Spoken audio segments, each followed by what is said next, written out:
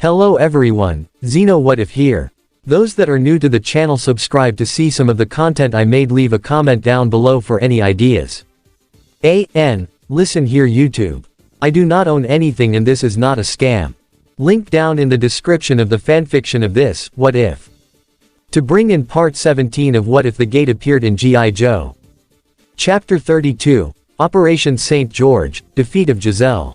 At evening, Centurion has allowed Yao and Nayu to enter into his office. Welcome back, ladies, he said. Have you enjoyed the hospitality of Alnistown?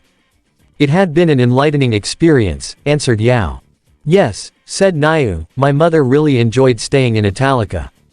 Well then, said Centurion, I've got some good news from King Durant. It seems that this Aquadrico you've speaking about is also terrorizing his kingdom. Already it devastated several Elb towns and villages. People are fleeing in terror to fortresses and castles. That's why His Majesty has given us permission to proceed into his kingdom and slay this Aquadrico, the same way we slayed the Deirdrico. Are you, said stunned Yao. That you're gonna, muttered Nayu.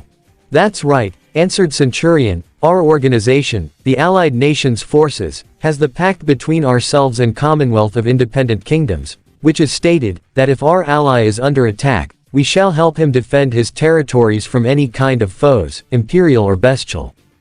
We've also located the lair of the beast. It's in the dead volcano Mount Tube. In 2 days' timing, our forces will proceed into the Elb Kingdom and straight to Black Forest and Mount Tube, where we shall locate and destroy that Aquadrico once and for all. Your people shall be liberated, as you requested, ladies.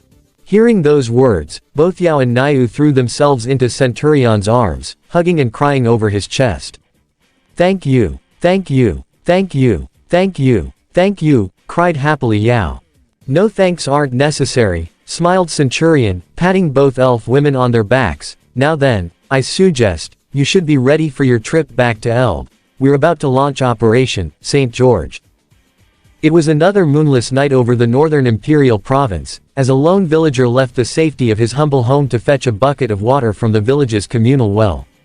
The last few nights had been especially humid for this time of year, as the heat made it near impossible to get a good night's rest, and tonight was no different. Hopefully a drink of cool water from the well would help the storekeeper and his family sleep a bit easier, or at least that was what the man hoped as he lowered bucket. Looking up into the night sky, the villager could not help but to notice just how many stars there were. It was kind of beautiful really, this heavenly display. It was one of the reasons why he and his wife decided to move up here when they got married many years ago to start a family. But as the old man looked on at the heavenly display, an odd sound began to fill his ears. A sound that seemed to get louder and louder. Was it thunder? It couldn't be. The skies were clear, and even then, the rainy season was not due to begin for another 3 months. The sounds were slowly getting louder and louder, as an overwhelming sense of dread began to fill the villager's body. Forgetting about the water, the man stumbled away from the well and ran as fast as he could back to his home. Just what in the name of Hardy was going on? Then, just as he reached the front door of his home, the storekeeper looked around one last time as his curiosity got the better of him. But when he did, the villager saw something that would haunt him for the rest of his days. For as he looked, the man saw dozens of unknown creatures flying low over his village and at surprisingly high speeds. What were they? Who were they? Were those people hanging out the back of them? By flare, just what was going on? But as suddenly as they appeared, the demonic flying creatures vanished over the surrounding hills, just as the rest of the village began to wake up and emerge from their homes after being awoken by the noise. But while the villagers were left asking questions as to what had just happened, the coalition task force continued on to their objective unchallenged. Hours earlier, 12 V-22 Ospreys belonging to both the United States Marine Corps took off from Alnis Airfield. On board were elements of both the Marine Raider Regiment and JSDF 1st Airborne Brigade, as well as their equipment. They would be the vanguard in what many of the Allied nations' forces commanders believed would be the largest airborne assault of the conflict. With the objective of locating and rescuing those who had been taken by the Empire almost a year ago. The force, consisting of 288 men, had been briefed about their target days in advance, and despite their best efforts to prepare, the raiders and brigade knew they were more or less going in blind. Other than knowing their target and objective, the joint American-Japanese force did not know just what they would encounter once they touched down. Recon flights over Minotaro did not reveal any major Imperial encampments, but that did not mean they were not present. Especially since their target for that evening was a small lakeside palace believed to belong to one of Sedera's more important noble families. So it was safe to assume that said home would be protected by a somewhat large contingent of Imperial soldiers loyal to that particular noble family. Eventually, the 12 tilt-rotor aircraft came upon their target. An open, grassy field located just a few miles away from the palace and just large enough for the Ospreys to land comfortably. No sooner had the landing gears touched the grassy surface, the soldiers inside filed out and quickly began to secure the area around the landing zone. But this was only the vanguard of a much larger force that had been assembled and deployed. Once the hostages had been located and secured, there was still the question of how they would be transported back to Ginza. This was where the Indian military came in. While the Japanese and Americans would conduct the rescue mission itself, elements of the Indian Army para-SF would secure another location that would allow Indian Air Force C-295 aircraft to land and receive the rescued hostages. Due to the distance, most ANF helicopters did not have the range to take part in the operation and there were not enough Ospreys available in the special region at this point for this operation. Even though the Marines had shipped a number of them through the gate in the last few months. Indonesian flankers would provide overwatch for the entire operation, as they would conduct patrols just in case a Dragon Wyvern came too close to the tilt rotors. While Warhammer would provide close air support for the joint task force on the ground. Thus Operation Raven's Claw was now go. Taking position near the tree line, one of the Japanese soldiers looked through the scope of his carbine and scanned the forest before him. The wind whipped about as the last Osprey took off and flew into the night sky, giving way to an eerie silence that flooded the surrounding area.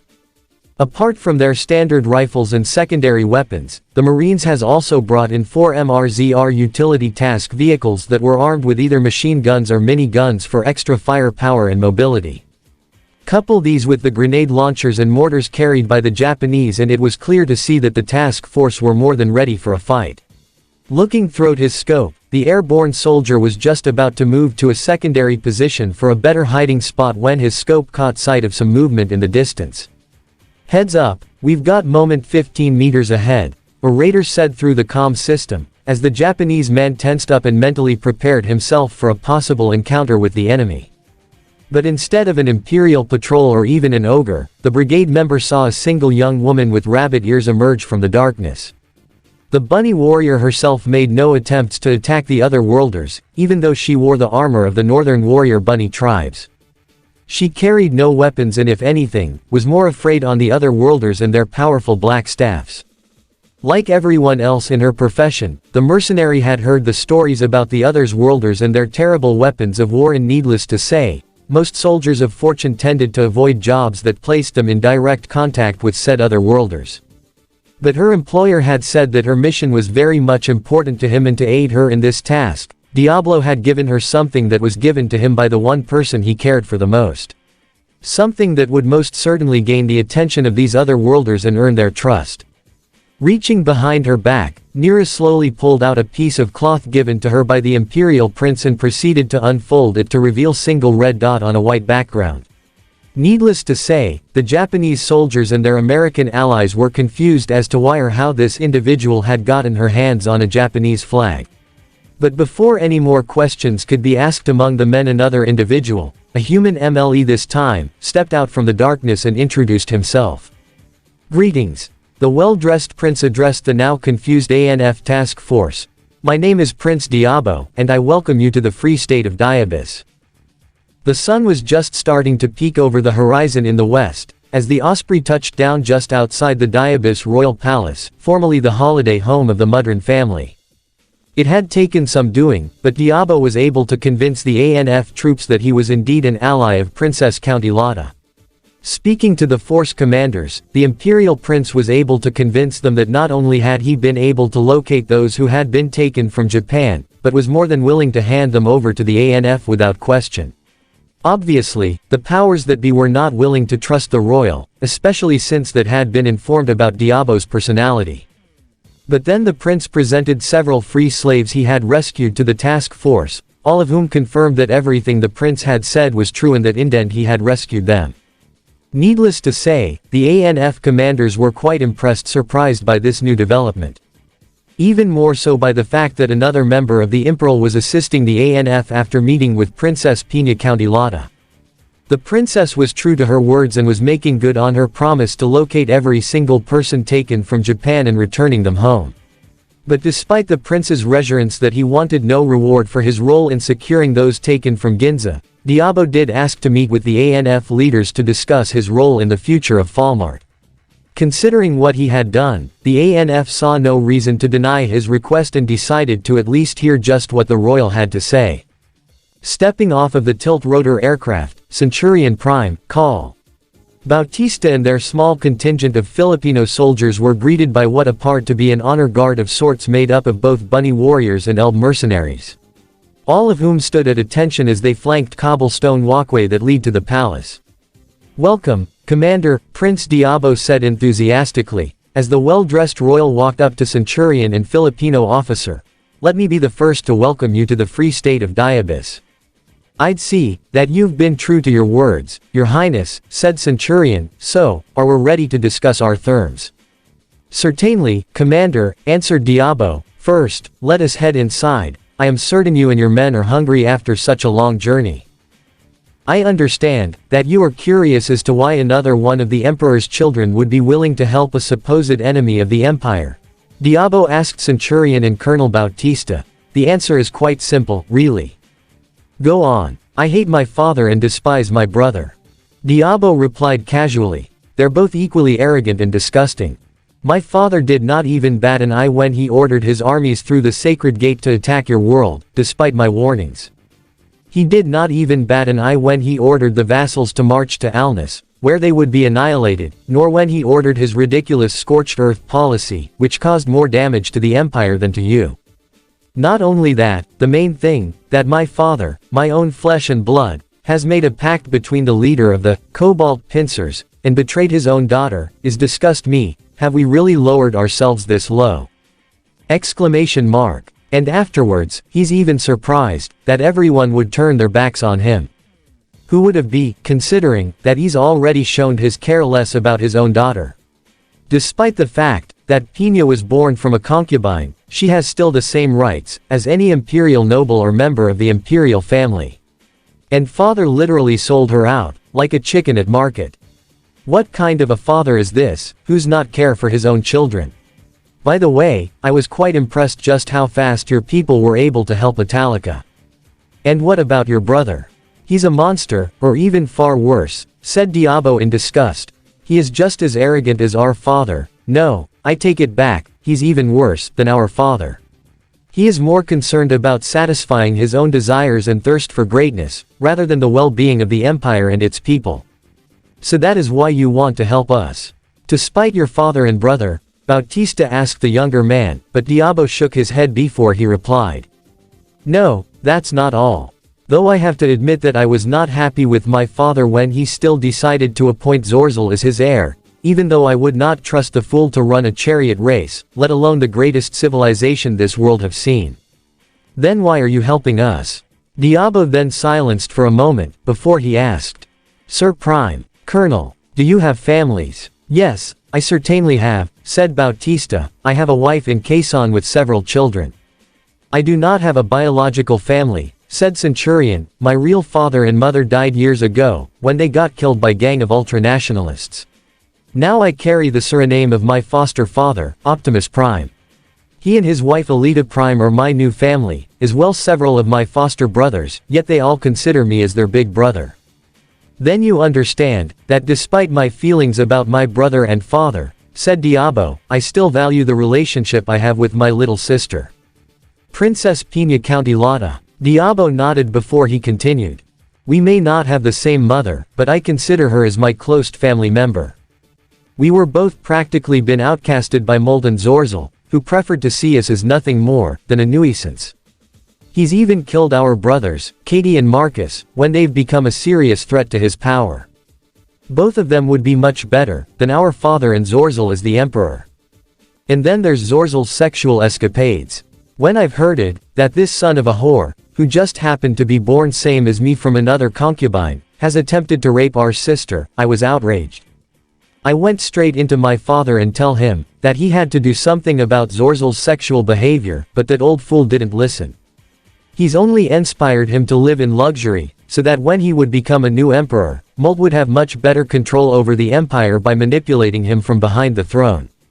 But little didn't he understand, is by allowing Zorzel to do as he pleased, he created a monster, the one, that could destroy the empire, our father and everyone around him. I fear, what might happen, if he would ever become a new emperor, it would be a disaster. But Pina, she was different. She was always been rebellious against her father and that monster I call brother. She even beat the shit out of him, when he tried to rape her. To think, that a little girl like Pina could make a strong bully like Zorzel to run away from her screaming, was almost impossible. Someone actually believed, that she was been possessed by Palapon, god of revenge. Then she started to create her Knight Order of the Rose. Some people were laughing at her, calling her, silly girl, pretending to be a knight. But Pina was persistent. She actually did form the Knight Order, and it well performed during the Battle of Italica. I must say, your people had a strong affect on her ever since she returned from your world. She sure changed a lot from last time I've seen her before her trip to Italica. I don't think I have ever seen her so determined in my life, though she is more concerned about the welfare of our people, than her own safety. So what exactly do you want from us, your highness? Centurion asked the royal. When the war is over, I want you to make sure that Pina becomes the next ruler of Falmart, Diabo replied firmly. We've already working on it, if you didn't forget, your highness, answered Centurion. Yes, I know, answered Diabo, even if the empire did not attack your world, it would have still most certainly fallen into despair with Zorzel as emperor. Zorzel is nothing more than a disgusting spoiled brat who could care less about the people around him, let alone the ones that tries to bed, but even they're nothing more than sexual toys for him. He plays with them, then he breaks them and get new toys.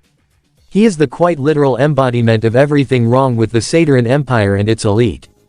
So why not yourself? Why your sister? Asked Centurion. If I remember correctly, your highness, according to my sources you once tried to become an emperor. Why then you've decided to choose Pina? Maybe once upon a time, I would have loved nothing more than to be the emperor. Diabo confessed. I would have loved nothing more to rule over the continent and its people, but I no longer want to. The empire needs to innovate and adapt if it wishes to survive or risk stagnation and eventual disintegration from within. I do believe that Pina has that ability to change Sidera for the better, but the only way that will happen, is when both my father and Zorzel are removed from the equation. If I understand correctly, your highness, said Centurion, you want the ANF to help prop up your new government. The prince nodded before he explained. The Minotauro province is quite possibly the richest province in the empire in gold and iron alone, but ruling families that control the mines are more interested in lining their pockets, rather than improving the living situation in the province. As you can see, I have already have in my employment mercenaries and warriors bunnies who form a small but effective army. Prior to your arrival, they removed many of the ruling class and took control of the mines they once operated. It was the only way I could have safely rescued your people, but now the province in without leadership, and the native population are not too keen on having the empire return to take control. So let's say the ANF agrees to assist you in policing the province. How do we know that you would not end up becoming a dictator like your father or brother? The Filipino asked the prince, noticing a slight twitch in his eye when his father and older sibling were brought up. I think it would be wise that you never compare me with those two in the future. Diabo replied, as if he was warning the colonel, but I can assure you that will not happen. The history of the Satyran people is filled with stories of individuals who ruled as absolute monarchs and that only ended when my great-great-grandfather created the Senate to avoid such things from happening in the future. But I am afraid that the system he created failed as my grandfather and father ended up filling the Senate with persons who were absolutely loyal to them. I do not intend to make that mistake. The new legitimate government we create must be ruled by the people and for the people. But if this is not enough to convince you, then consider this. Minotauro provides the empire with 60% of its iron and 30% of all its precious metals.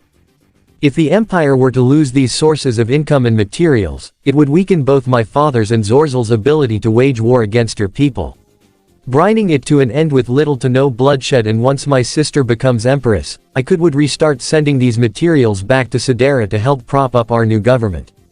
The war ends, Sidera is lead into a new bright future, and we have our new country. Everybody wins. I think I shall discuss this with my superiors once I'll get back to Alnus, said Centurion. I understand, Sir Prime, said Diabo, and as a sign of good faith, consider this as my other contribution to your campaign against the Empire. And with that, Diabo clapped to the door at the far end of the dining hall where a couple mercenaries stood. Then on cue, one of them opened the wooden door and out came a line of nobles who were all in chains and were gagged as to prevent them from speaking. The looks on their faces quickly went from despair to horror, as the pre-owners saw that their captor was seated with men who were undoubtedly from beyond the gate. These men once operated the mines that held your people as slaves. I offer them to you to face the consequences of their actions in your courts of law. Diabo told the ANF officers, much to the horror of the imperial nobles that heard him. It was one thing to be betrayed by the son of their emperor, but for him to gleefully hand them over to the empire's greatest enemy for judgment. Just what in Hardy's name was he doing?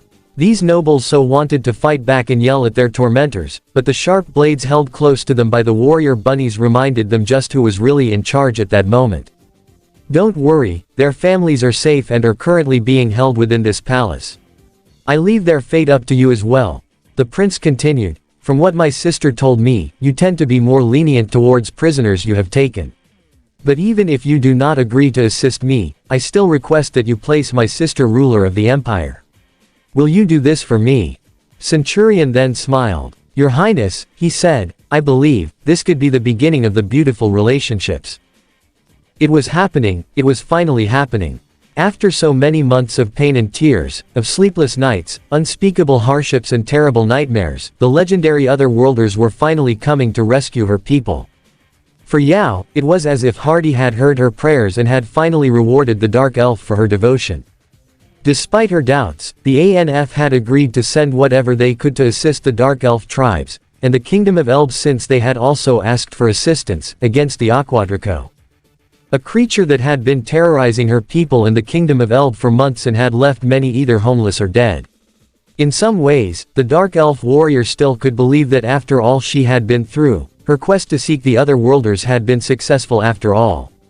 But as she sat in one of the Otherworlders' horseless wagons and watched the countryside roll by, Yao could not help but to allow herself to drown in the feeling things would finally get better.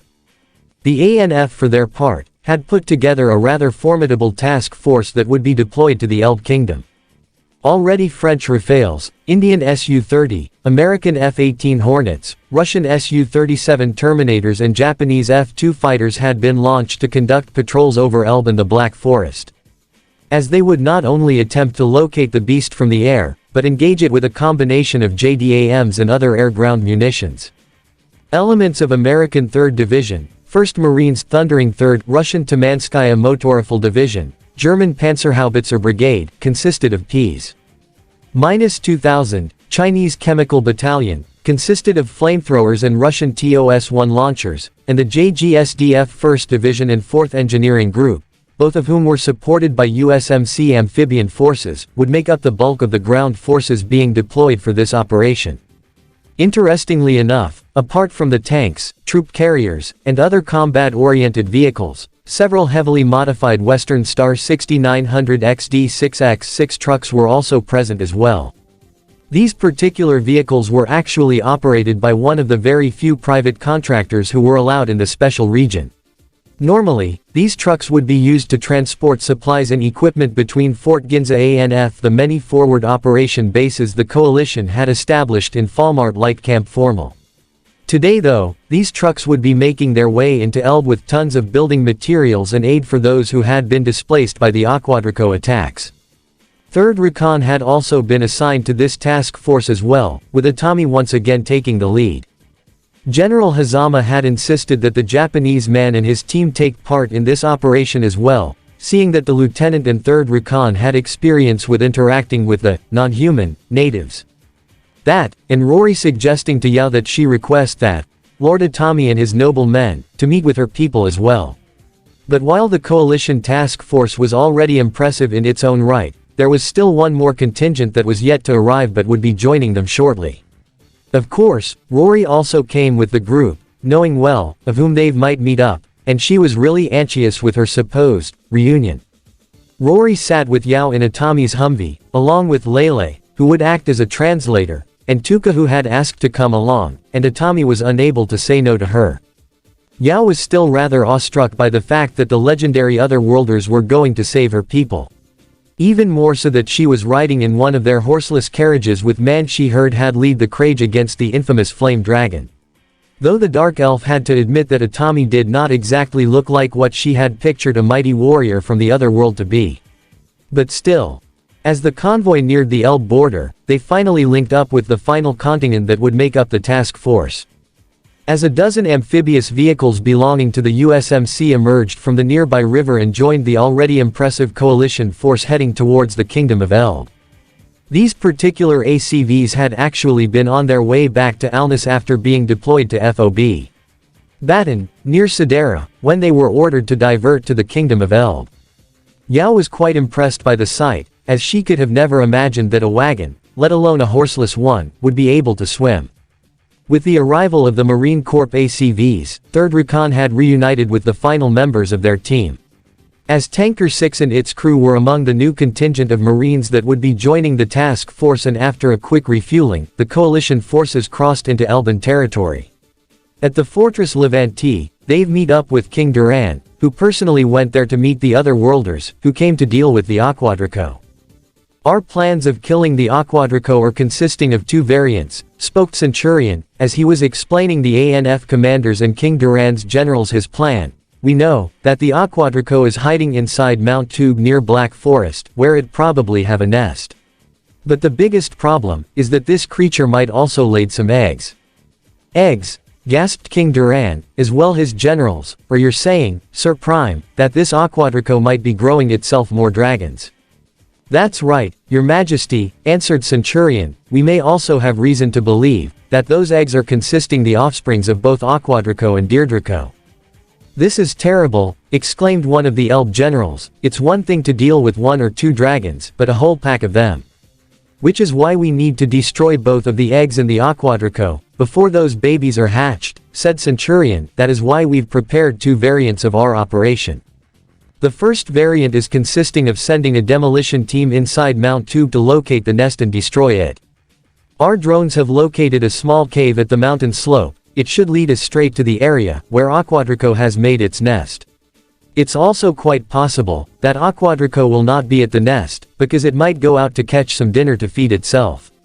Once our demolition teams locate the nest, they'll rig it with explosives, so that when the Aquadrico returns, they will blow it and its eggs to Kingdom Come. That sounds real daring and dangerous, Sir Prime, said King Duran. You should know, Your Highness, answered Centurion, that our Shadow Warriors team motto is, daring is what we do the best. Besides, this is the only way we can kill that Aquadrico without possible losses from our side and our allies. But just in case if the Aquadrico will catch us in the open, or several of those little dragons inside will hatch and fly out, we'll go by Plan B. Our Air Force will strike at the dragons or Aquadrico, then our artillery will pound their target into the bloody pulp, following by our choppers finish it off with their missiles. With our superior firepower, I'm sure we can deal with both Aquadrico and those other dragons. Yes, I'm sure you would, grinned Duran, as he remembered his own experience to see the ANF firepower. So, when shall we begin, Sir Prime? Right about now, answered Centurion. We'll move into Black Forest to link up with the Dark Elves. My team will go there first. Once we've contacted those elves, we move to Mount Tube. After that, we split into demolition and fire support team.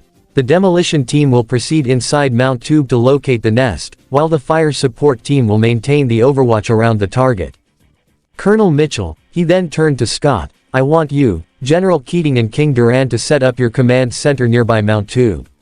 Your job is to maintain the control of the outside of the mount, as well keep in touch with our Air Force and ground units.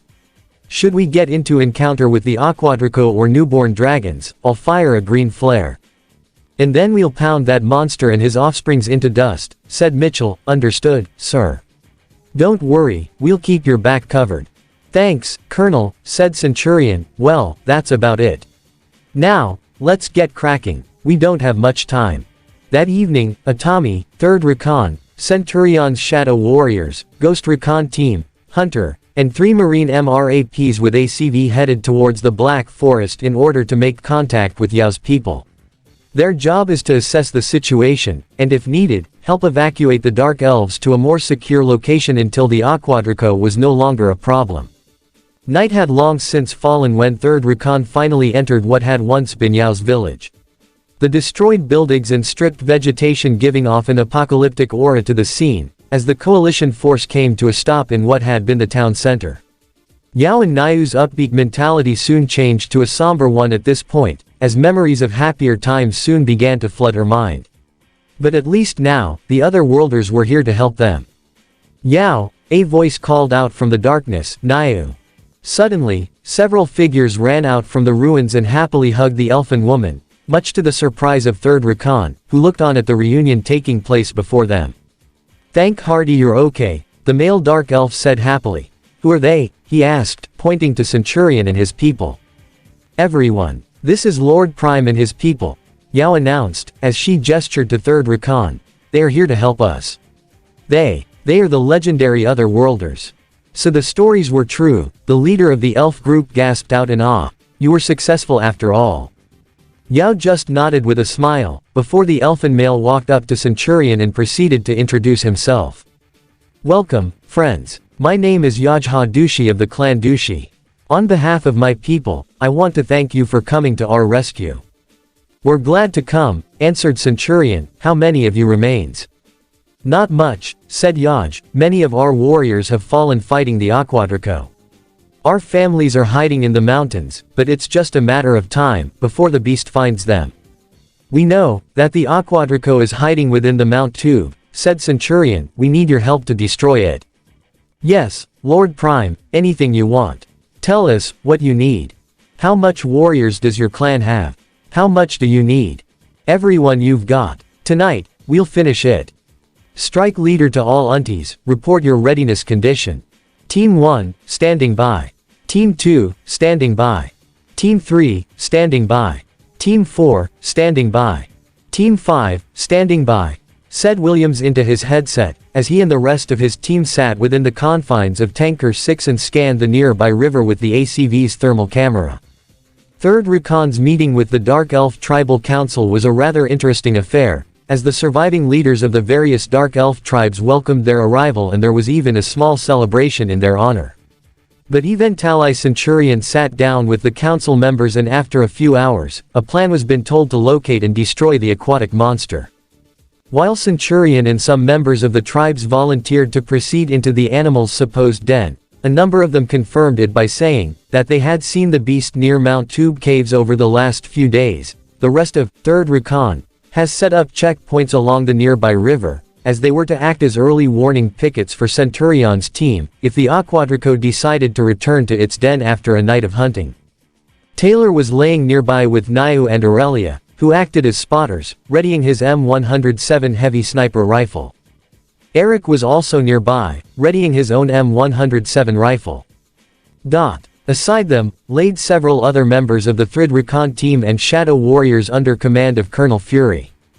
There were also numerous Dark Elves archers resting in the ambush, ready to provide Centurion's team fire support. The Dark Elf warriors had been equipped with Panzerfaust 3 anti-tank rocket launchers which had been brought by 3rd Recon. The Panzerfaust was designed with the intent of disabling Soviet armor in case the USSR decided to storm across Europe in the 1980s.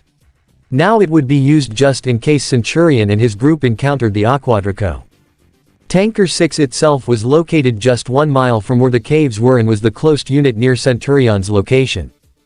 Due to its size and its 30mm autocannon, the ACV would more or less act as an extraction vehicle for Centurion's group in case they needed to be evacuated quickly. But so far the night had passed quietly with no signs of the creature, not that Williams and his team were complaining. The memory of their encounter with the Flame Dragon was still fresh in their minds and neither of them wanted to go through something like that again. While Williams and his team sat uncomfortably and waited for the creature to appear, Centurion's team consisted of Spider, Wolverine and Haruka. Atami's team consisted of Kurata, Tomita and Katsumoto. Ghost team, Hunter, and Yao's team of elves, who acted as guides, have made their way down the dark and wet tunnel. Meanwhile on the surface, Rory the Reaper stood watch over the entrance and waited for her traveling companions to return.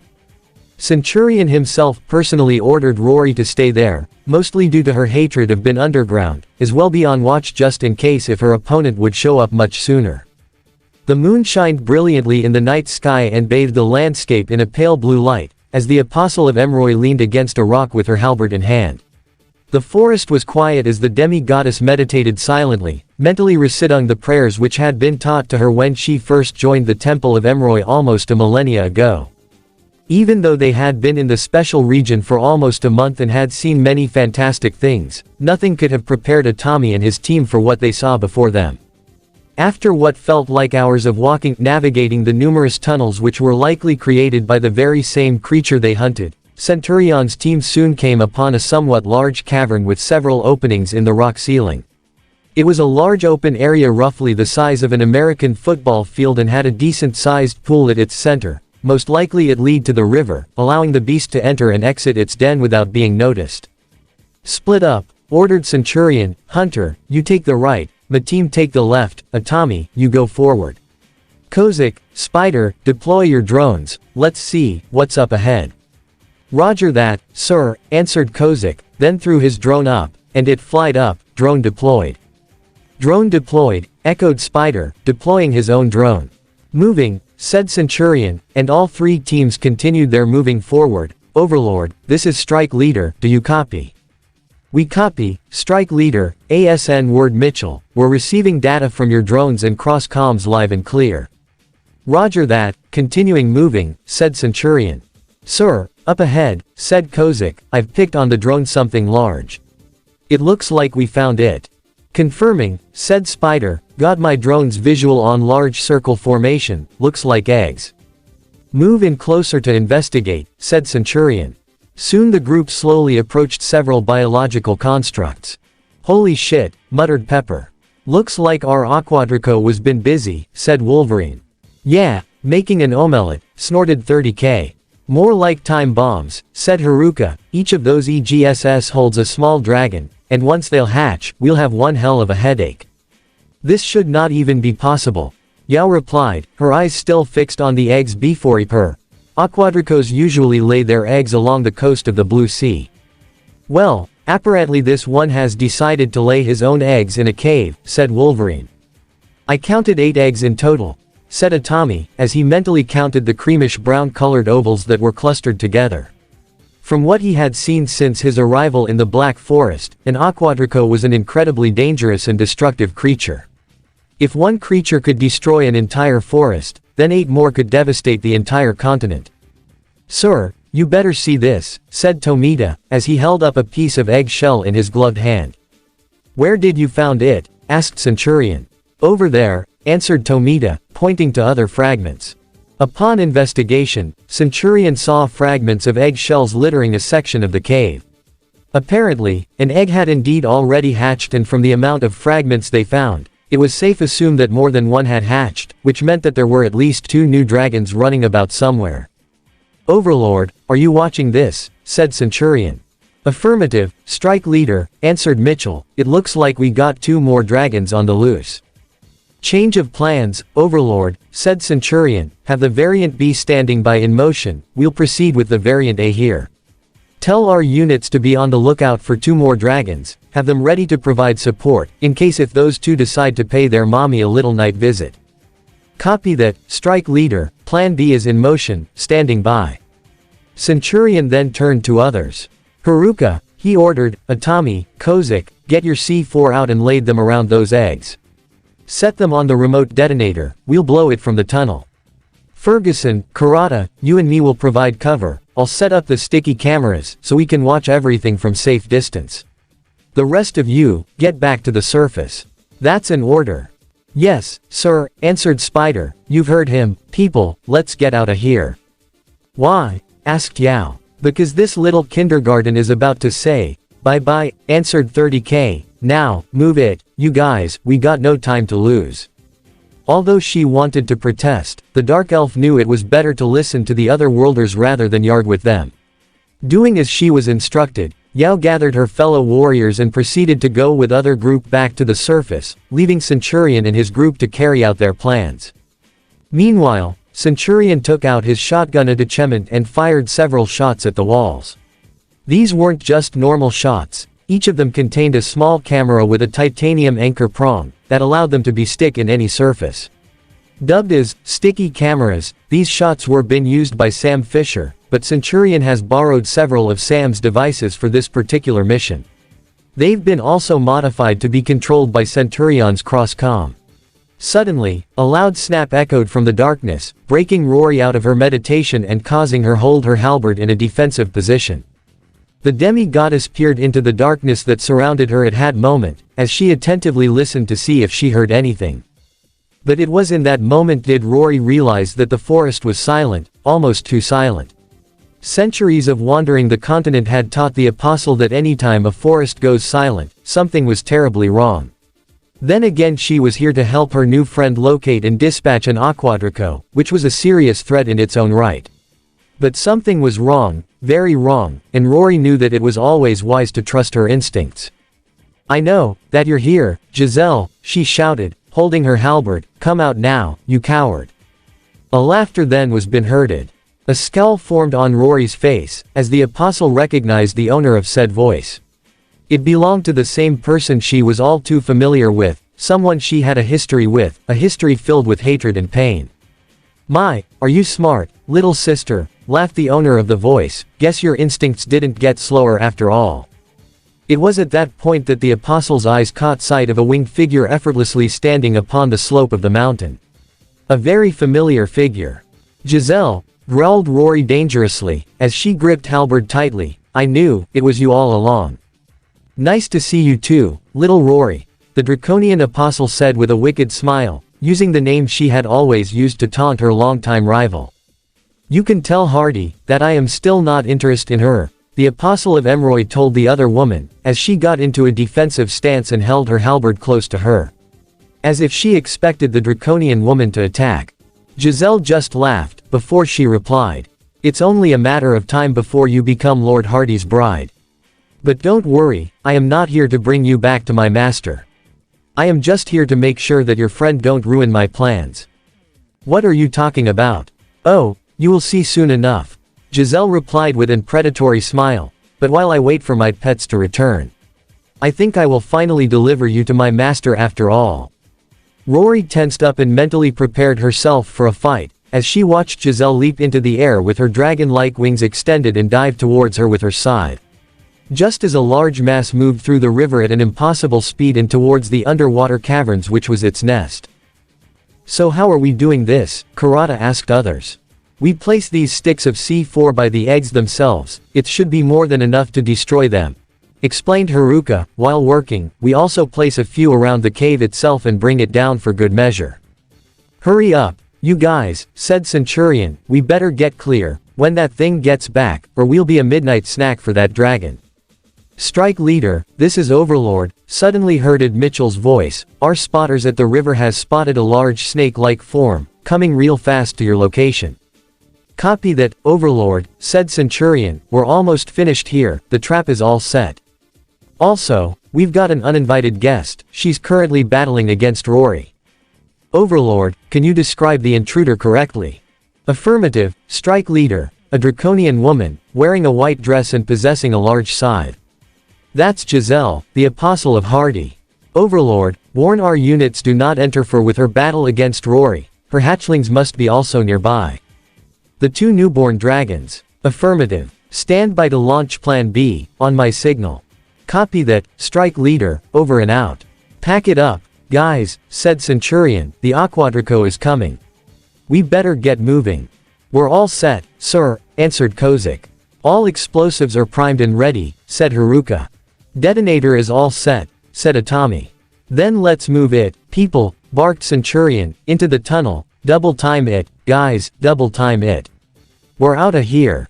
As the soldiers run back to the tunnel, they've heard a low rumble echoing throughout the cavern.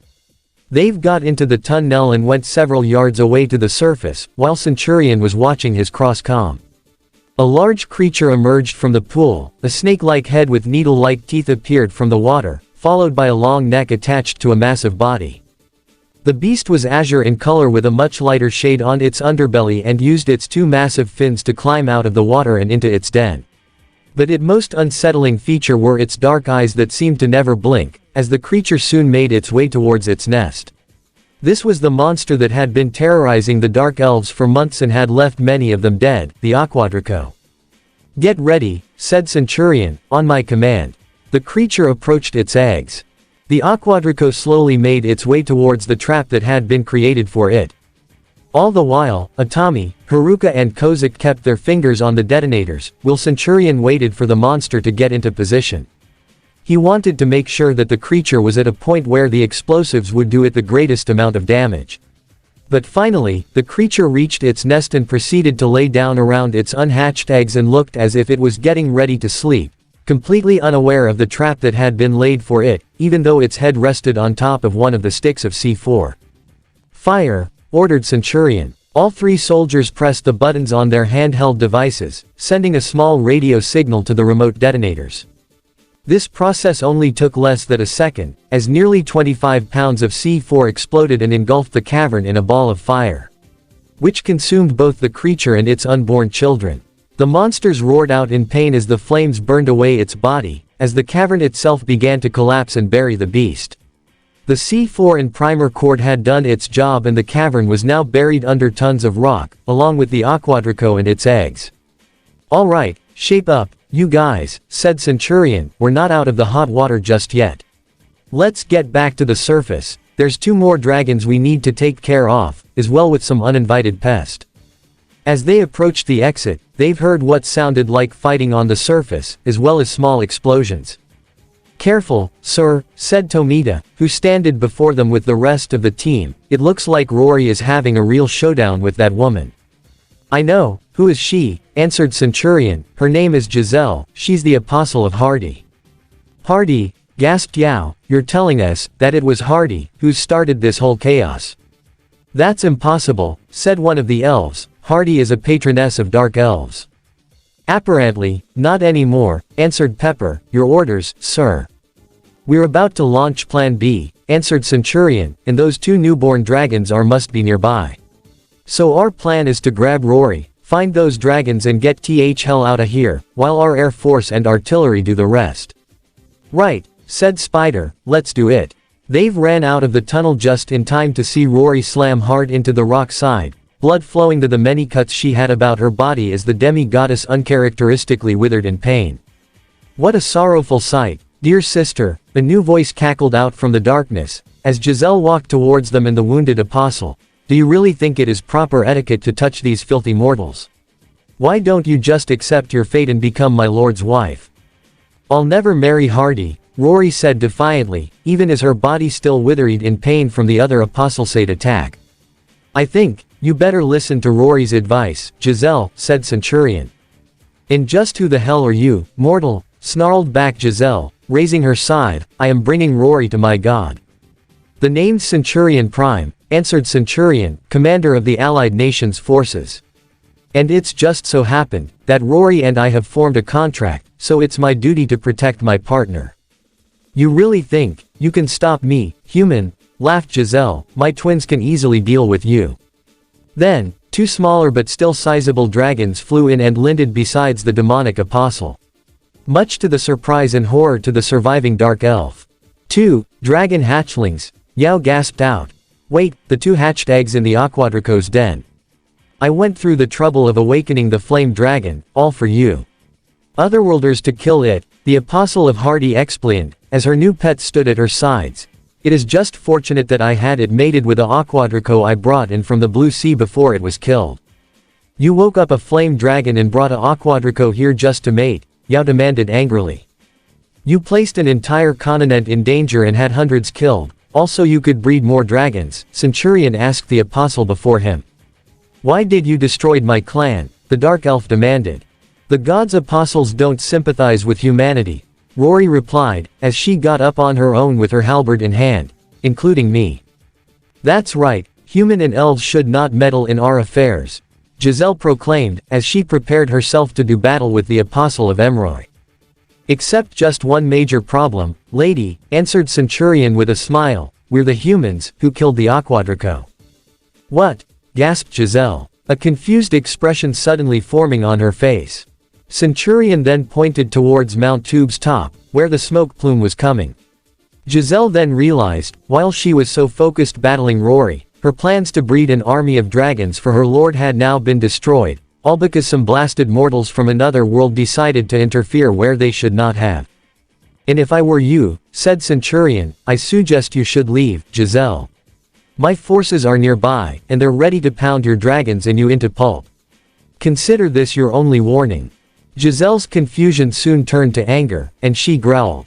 Nobody orders Apostle of Hardy. Towato. Moto. It's time to avenge the death of your parents. Don't hold back. As you wish, said Centurion, then fired a green flare. Eric, big gun on blue, said Taylor, I've got mine on red. Fire, barked Eric, and both M107 heavy rifles fired, hitting both dragons. Towato simply dropped like a puppet with its strings cut. Before it could even register in Giselle's mind that something was seriously wrong, Lele slammed a blast of energy into the red dragon with as much power as the mage could muster, stunning Moto, which roared in rage. A moment later, there was a roar as something sped away from Centurion, a white blur on trails of fire streaking towards the drake. Had it been a clean hit, the young dragon certainly would have been killed outright. As it was, the missile impacted against the left wing rather than square in the body or head, staggering it and causing it to bellow in pain, the wing badly shredded.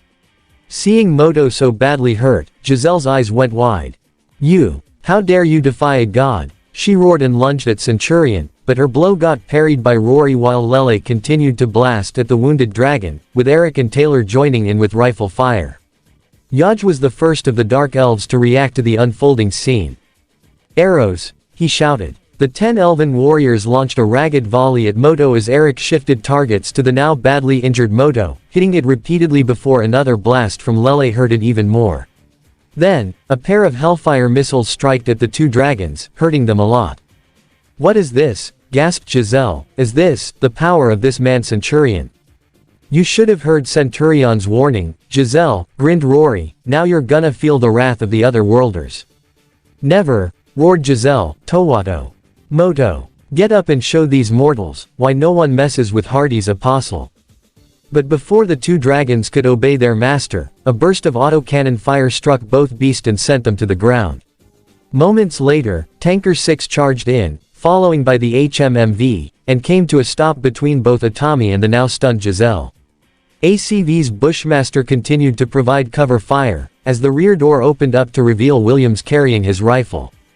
General, we saw the explosions and thought you could use some cover. The Marine stated, as Centurion and the rest of his group ran into the waiting ACV and HMMV. Perfect timing, guys, said Centurion, now, let's get out of here, our artillery and air force are about to start pounding. They got into the ACV and HMMV, the ACV's rear ramp closed, and both vehicles rumbled back into the forest as fast as they could. Despite just being newborns, Towato and Moto were quick to recover from the ACV's assault. With frightening roars of their own, the two dragons took flight and began to chase the fleeing armored vehicle with their master following close behind. But just as it looked as if the two dragons and their master would finally catch up to their prey, multiple missiles struck the two creatures and sent them crashing into the forest floor. Much to the surprise and horror of Giselle, who just barely avoided being hit by a missile herself. But she was still caught in the resulting explosion and was sent flying into a large tree. Moments later, a pair of Japanese F-2 fighters screamed overhead and off into the rising sun, only to reverse course and make another attack run. FOX-3, the Japanese pilot yelled into his face mask, before he and his wingmen opened up with cannon fire. Towato and Moto roared in pain, as the 20mm rounds blanketed their bodies and ripped holes on their wings, preventing the two creatures from flying away. But this was only the beginning of their torment, for no sooner had the jets finished their assault, an A-10 appeared, firing his nose cannon. Both targets are grounded, barked Chinese artillery officer, artillery units, fire at will. Moments later, a battery of German Ps-2000 fired their guns, hitting both dragons with deadly accuracy. "Ah!" screamed Giselle, as she was been tossed around by the powerful explosions, "what is this?" After that, a formation of AH-1Z and AH-64E attack helicopters appeared over the horizon and began to unleash a barrage of Hellfire missiles and Hydra 70 rockets. Massive explosions signaling that each projectile had found its mark. Giselle could only look on in absolute horror, as the other worlders savagely killed her pets before her very eyes. An overwhelming sense of dread soon overcame the once proud apostle, as the attack ended and the smoke cleared to reveal the charred remains of what had once been her personal companions. Both Towato and Moto were dead, their bodies mutilated beyond recognition, and there was nothing she could do to bring them back. "Oh Giselle," a very familiar voice suddenly called out from the smoke and flame. "Where are you?" The smoke cleared to reveal Rory the Reaper now walking towards her. No longer in pain, the Apostle of Emroy now wore her trademark smile that made anyone that knew her nervous, as a then formation of Chinook helicopters flew behind her. Realizing that she was now more or less outnumbered, Giselle tried to fly away from her tormentors. But it was in that moment did the draconian woman discovered that to her horror, her wings had been blown completely off of her body.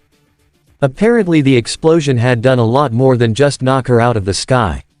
For someone like herself, losing one's wings was quite possibly the worst thing that could happen to her. Without her ability to fly, Giselle tried desperately to run as fast as she could from the Apostle of Emroy. But her dash for freedom was short-lived as a USMC-MRAP burst out of the treeline and ran over the helpless dragon woman. She did not die, but the pain she felt was nothing compared to the humiliation she felt at that moment. Another moment, she was been bound and gagged. "Let me give you a good advice, bitch," said Centurion, coming to her. "When a man, who's joined your sister, tells you to leave, you listen." He then hit her in the ribs, making Giselle groan in pain. "Consider this a payback for calling me a stupid mortal," he spat. "Take her away." Mumbled something Giselle. "What was that?" asked Centurion, removing her gag.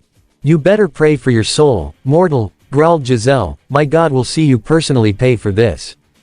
"Good," answered Centurion, putting the gag back into her mouth, "because that's exactly what I want from her. Take her to Alnus, men. Our forces will be pleased to have this prisoner in our stockage." "Yes, sir," saluted the Marines, taking Giselle to the helicopter, following by Rory, who took Giselle's side with her as a trophy. The sun was now high in the sky, as coalition forces began to converge on the Black Forest and assisted the surviving Dark Elves. After so many months, the Aquadraco was finally dead and the Dark Elves of the Schwartz Forest could finally start to rebuild their lives. But it would be a long road to recovery, hampered by the fact that most of the surrounding countryside had been destroyed by the water dragon. It would be decades before the forest itself would recover, but not fast enough for the Dushi clan, as their numbers had dwindled due to the attacks. At least they were getting assistance from their new allies, the other worlders and even King Duran himself. Upon arrival, the news that the Aquadraco was at last truly dead was mixed with the news that the very deity they had sworn devotion to had been directly responsible for their plight in the first place. "No." Elder Draw shook his head, stunned. "Why? Does it really matter?" Elder Bram asked. "The question is, do we continue to give our loyalty and devotion to a deity who finds us completely expendable?" If just a week ago, Hardy or her apostle had commanded us to rise up and kill the Outworlders with no mercy, then I would have been the first to draw their blood. Quite probably the first to die in her name also. But we are a people whom our goddess sees as unworthy even to be used as pawns.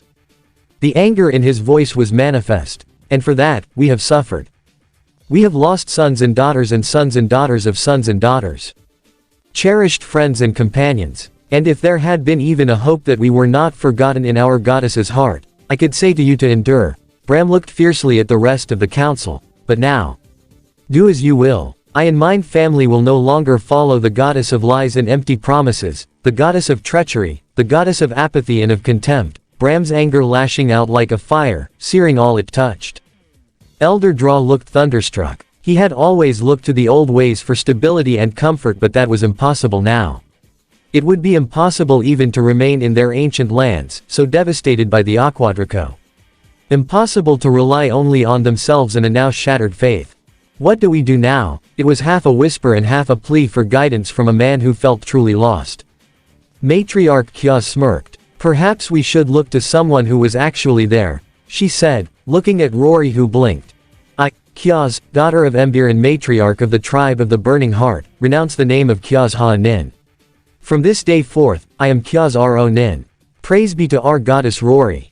Her daughter Indras called out from among the rest of the assembled members of the tribe. I am Indra's Ro-Nin. Praise be to Rory. And standing only feet from Taylor, Nayu stepped forward. I am Nayu, no longer Nayu Ha-Nin. I am Nayu Ro-Nin. Praise be to Rory. Beside her, Yao, who had been burning in anger and shaken by betrayal, screamed louder than anyone. The name of Yao Ha-Dushi be cursed. I am Yao Ro-Dushi. Praise be to Rory. One by one, the elves of the Burning Heart renounced Hardy, each pledging their worship of Rory Mercury. This momentarily left the demi-goddess just the slightest bit uneasy. She had followers and admirers, and there were plenty who feared her, but she had never sought worshippers. Now she was the patron goddess, demi-goddess anyway, she thought, of nearly 900 dark elves. She really needed someone to pray to. Or maybe she needed a drink. Or maybe just accept her due. After all, while the loss of one tribe would not adversely affect Hardy's reach and power by much, the acquisition of that tribe was another milestone on the path to Rory's ascendancy, something which, in part thanks to Chorus, she no longer feared. Indeed, while not worshippers, in the traditional sense, the fans that she had acquired while in the other world had already begun to awaken her to a greater sense of her own potential. And after all, with great power came great opportunity. It was Hardy's apostle who had awoken the flame dragon and brought the Aquadrico to their lands. But what made it worse, was the fact Hardy allowed it to happen to her own worshippers and did not seem to care if they died. Meanwhile, Rory the Reaper had risked her own life to defeat the apostle of Hardy and save their people. In their eyes, Hardy was not worthy of their worship and made that very clear when they proclaimed Rory as their new lord and savior. Much to the demi-goddess' embarrassment, but at least she was one step closer to becoming a god herself. But while most of her people would remain in the Black Forest, Yao decided that she would return to Alnistown and start a new life there. She could not explain as to why, but Yao felt as if she could start over a new life in a new environment, and Alnistown seemed to be the opportunity to do that. Besides, she wanted to learn as much as she could about the other worlders, and she found them to be quite fascinating. By the end of the day, Centurion and the rest of ANF troopers departed the Black Forest and make the long drive back to Fort Ginza. But the ANF was not yet done with the Aquadrico, as the commanders saw an opportunity to send another strong message to the imperial government in Sidera. It took some doing, but the ANF was able to dig up the badly charred body of the Aquadrico and take samples from both it and its now destroyed eggs. After which, Japanese Chinook helicopters were brought in to lift the carcass out from the destroyed cavern. The ANF was gonna use the Aquadrico in a very interesting way. The residents of Sidera awoke to a sight they would not soon forget. Several Chinook helicopters, escorted by Rafale fighters, flew unchallenged above the imperial capital and towards the imperial Senate building. Below them, the body of the dead Aquadrico hung from each helicopter, as the rotary wing aircraft slowly made their way to the iron target. Their pace was intentional. They wanted the Sateran people to see just what the ANF was capable of and just what the Empire would face if this war was to continue. For a city that was still trying to recover from the massive earthshake, the sight of the dead and mutilated Aquadrico being carried by the other world or flying contraptions had a sobering effect on the population. Especially those who lived in the upper levels of the city, who genuinely believed that the Empire could still prevail. For so long they had been told that the Empire would be victorious and these other worlders would be defeated like every other enemy they had in the past. But as the helicopters proceeded to drop the carcass in front of the Senate building before flying off, that feeling of invincibility began to vanish just as quickly as the Chinooks and fighters disappeared over the horizon. A sickening realization soon began to overcome the Sateran noble houses and their members. If the other worlders were able to kill a beast like the Aquadrico. Chapter 33. Resident Evil, Falmart style. It was morning and the alarm by Taylor's bedside sounded only briefly before being ruthlessly silenced. Taylor had little doubt as to the finality of the alarm clock's fate as his eyes focused on Aurelia and the savagely satisfied glare she was giving at the wreckage of her enemy. "Aurelia," Taylor spoke as he rubbed the sleep from his eyes. "Yes, my lord," she could not quite get the touch of satisfaction out of her voice. There just wasn't any fighting it, and besides, it had been a cheap alarm anyway. "Nicely done. Thank you, my lord." The smirk was evident in her voice. Still, it was time to disassemble the tangle of bodies as everyone started to rouse. At the center of it all, Taylor couldn't move until enough of the rest of the pile got up. Aurelia was naturally already up. She walked over to the remains of the alarm clock and after giving one last satisfied look, scooped it up and unceremoniously dropped it in the trash. Aenair now slowly got up, gently waking her son. "Galador, time to get up now. We have a busy day ahead." Her son nodded and came alive as if someone had flipped a switch, much in the same fashion that children greet any anticipated day. Then Panache stood up. She needed to check the polish on her armor. She had debated between the blue and gold formal dress of the Rose Order or the highly polished ceremonial armor which she had, at last, managed to bring with her. In the end, the armor won out. And Panache was glad for it. The formal dress would be packed anyway, just in case, but so would some more comfortable clothing. And Naiu, honestly, Taylor didn't remember getting many, if any, words out after Naiu had made her declaration of devotion before Panache had firmly instructed that Aurelia should see to herself and Taylor getting a good shower while she and Naiu went to see Aenair. Pretty much by the time Taylor caught up with everyone, he was told that Naiu's presence was acceptable for now. Aurelia nodding in agreement and then the four ladies all acting as if it was no longer a matter. Naiu stood, straightening herself up, and headed to the room next door where she was certain that her mother and grandmother had been listening in. She was glad that everyone was feeling more relaxed around each other now, especially Galador, as it was with her son in mind that Aenair had consented to Naiu joining the house. If anything happened to Aenair, she would now hopefully rest assured that Naiu would raise Galador in a stable home. At any rate, knocking on the adjoining door, Naiu found her mother Indras and grandmother Kyaz trying and failing to look innocent. "We'll be more than happy to look after the little one tonight, dear," Indras purred. "I'm sure that won't be necessary, but thank you all the same," Naiu replied dryly. "And try to be on your best behavior, mother, grandmother, please. We're supposed to meet Taylor's mothers. I want to make a good impression." "Oh, dear," Kyaz smiled. "We're always on our best behavior." "That's what worries me," Naiu sighed. "Come on. Let's get ready." "What?" Centurion gasped, as he listened to the story of his visitor. It was just a few days since they've returned from Elb Kingdom after their destruction of Aquadraco, as well capturing of Apostle of Hardy Giselle, and almost the next day, a peasant showed up to tell him and Rory Mercury quite bizarre news. "You've got an epidemic in Kriti," he asked the visitor, "that only affects women." "Yes, Sir Prime," answered the peasant, "we've already lost many of our loved ones. Wives, daughters, sisters, aunts, even grandmothers, all of them got affected by this plague. We've prayed to Emroy, Palapon, Elange and Hardy to deliver us from this plague, but there was none to help us. Then we've heard it of the men in green, who killed the Deirdrico. Some of the storytellers has told us that the Apostle of Emroy is also with them. That's why they've sent me to you, Sir Prime, and to Her Holiness. You are our last hope of salvation. Tell us more about this plague," said Centurion, "where it originated from. How did it happen?" "It all started with the eastern wind," said the peasant, "it blown sandstorm from eastern mountains. It first affected the young girls, then their mothers, and then the rest of the women." "How many of them have died?" asked Centurion. "That's the whole thing, Sir Prime," answered the peasant, "they didn't die." "What?" surprised Centurion, "what do you mean, they didn't die? Are you saying that?" "Yes," said the peasant, "they've become walking corpses." "A zombie," said Centurion, his face went grim. "I was afraid of that, it sounded similar to the plague we've had in our world." "You do?" surprised the peasant. "Yes," said Centurion, "you see in our world, a group of people has created a terrible disease called T-virus, that turned humans into zombies, or living dead. What's worse, that virus has also mutated them into monsters. But myself and a group of soldiers from UN have battled this evil plague and was able to contain it. Well, now it seems that we have to deal with a similar outbreak before it spreads all over Falmart.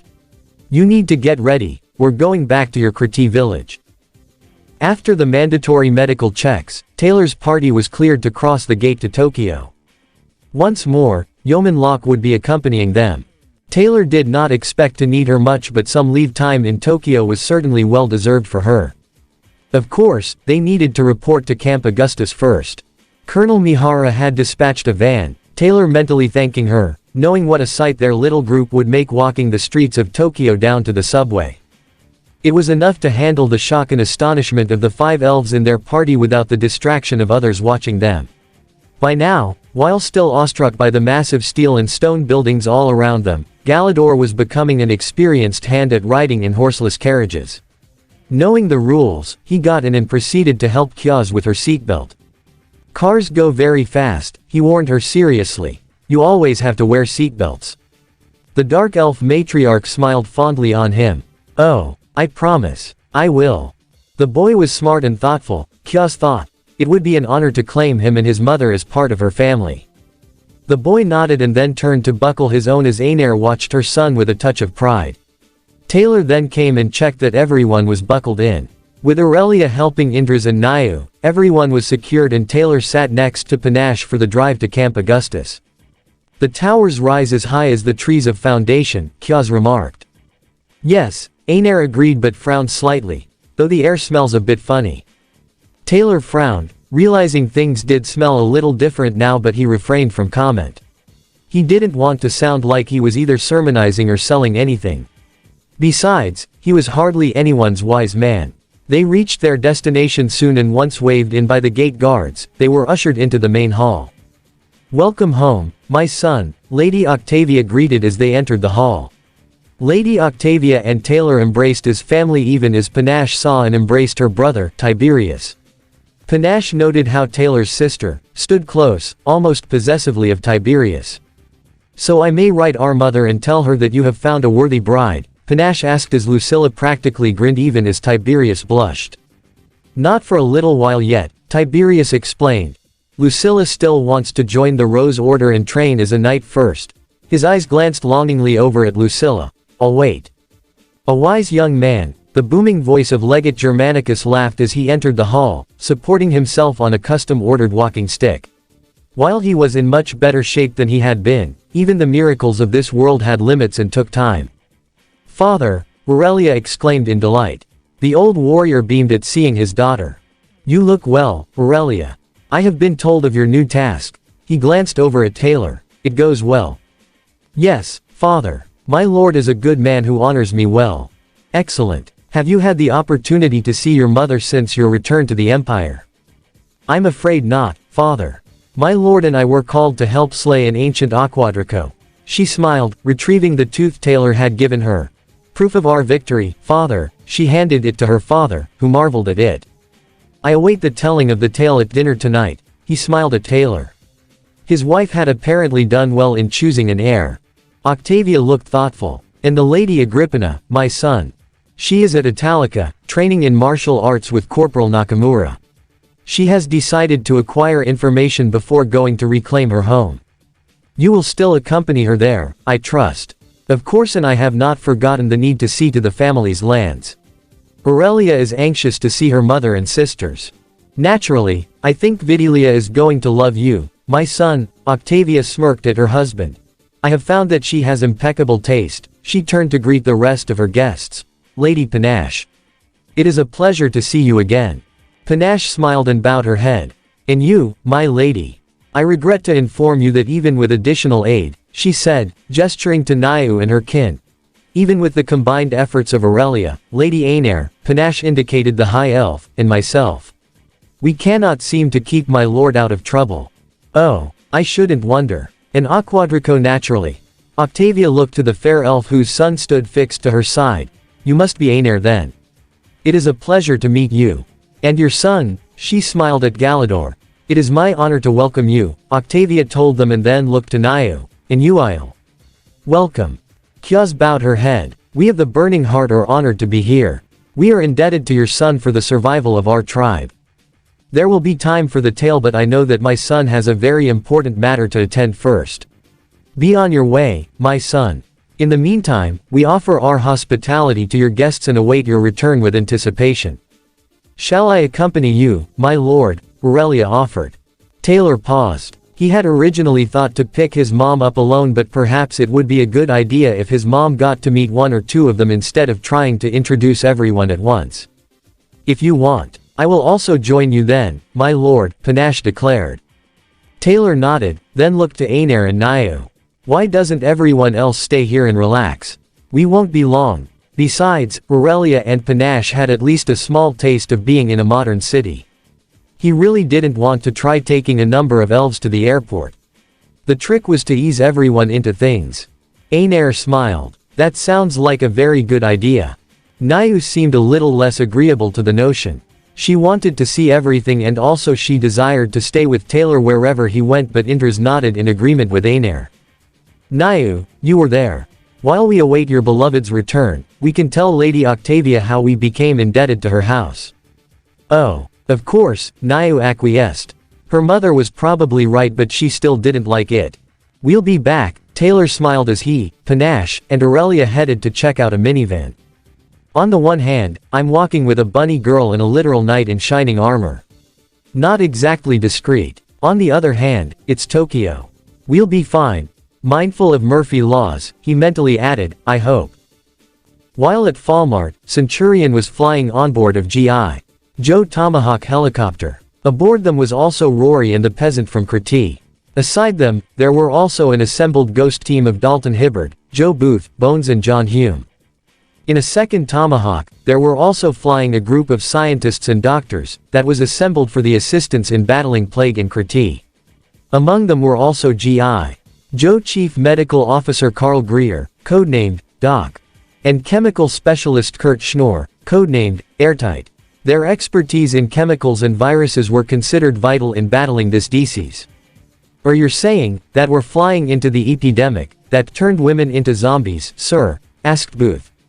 I'm afraid that's the case, Lieutenant Governor, answered Centurion. According to what I've learned from our guest, that plague affects only women. It seemed to be calmed by the eastern wind from the mountains. We don't know much for now, the rest we can learn, once we reach Crete. Whoa-ee-h, whistled Hume, I didn't know we'll have here another Raccoon City. That's exactly why we're flying there, answered Centurion, to locate and eliminate the source of that disease. Once we'll learn more about the plague's origins, we'll go to those mountains and find the source of it, as well possibly the antidote for the disease. Whatever is there, said Rory, I'm sure, Hardy is behind this. She's supposed to keep such things in check. Well, apparently, she was more busy of mating those dragons and creating herself a dragon army, snorted Bones. Even if Hardy probably has nothing to do with the disease, said Centurion, it's our duty to contain its spread on all over Falmart. We've already seen what happened in our world, when such outbreaks break up. Now, we must prevent the same happening here in Falmart. So get ready to do some serious cleaning, ghosts, we're about to face the death itself. The drive from Yokosuka to Narita International Airport took an hour and 40 minutes, during which time Taylor was certain that he was being followed, presumably by agents of Japan's public security agency among others. As he parked the car, he gave a reminder to his ladies. Remember, none of us are allowed weapons here. Leave it all in the car. Glancing over at Panache, he was glad they were heading for the arrival gates and not departures. Any attempt to detain her and conduct a personal search could get very problematic. Once assured that Panache and Aurelia had both put away their weapons, he led them down the long concourse to the United Airlines terminal. They seemed to be getting looks of curiosity more than anything else. Young children seemed fascinated by Aurelia's long ears and fluffy tail, while older children and teens seemed fascinated by Panache.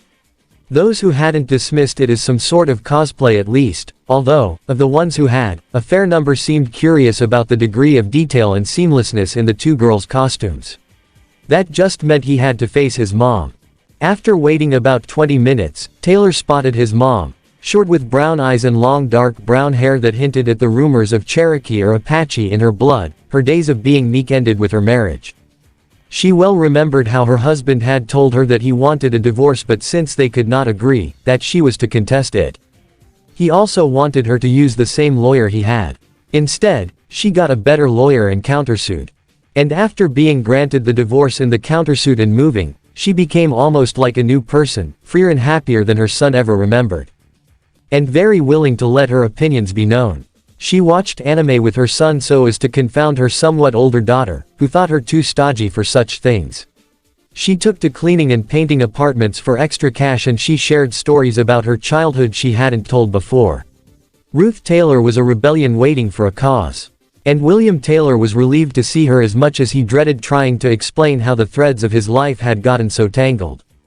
"Mom," he called to her, and her eyes lit and she beamed as he hugged her tight. "So what's this important news you couldn't tell me on the phone?" She looked at Aurelia and Panache curiously. "You didn't get drunk, did you? I'm not going through with you the same shit I went through with your brother." Luckily, this was in a mildly teasing tone rather than the steel blistering voice she had used on her older son when she informed him that she would not be a servant in her own home. "No, Mom, I promise. And well, like I said, it's complicated, but I'd like you to meet Lady Panache Furcalgi and Aurelia County Germanicus. And like I said, we've got a lot to talk about.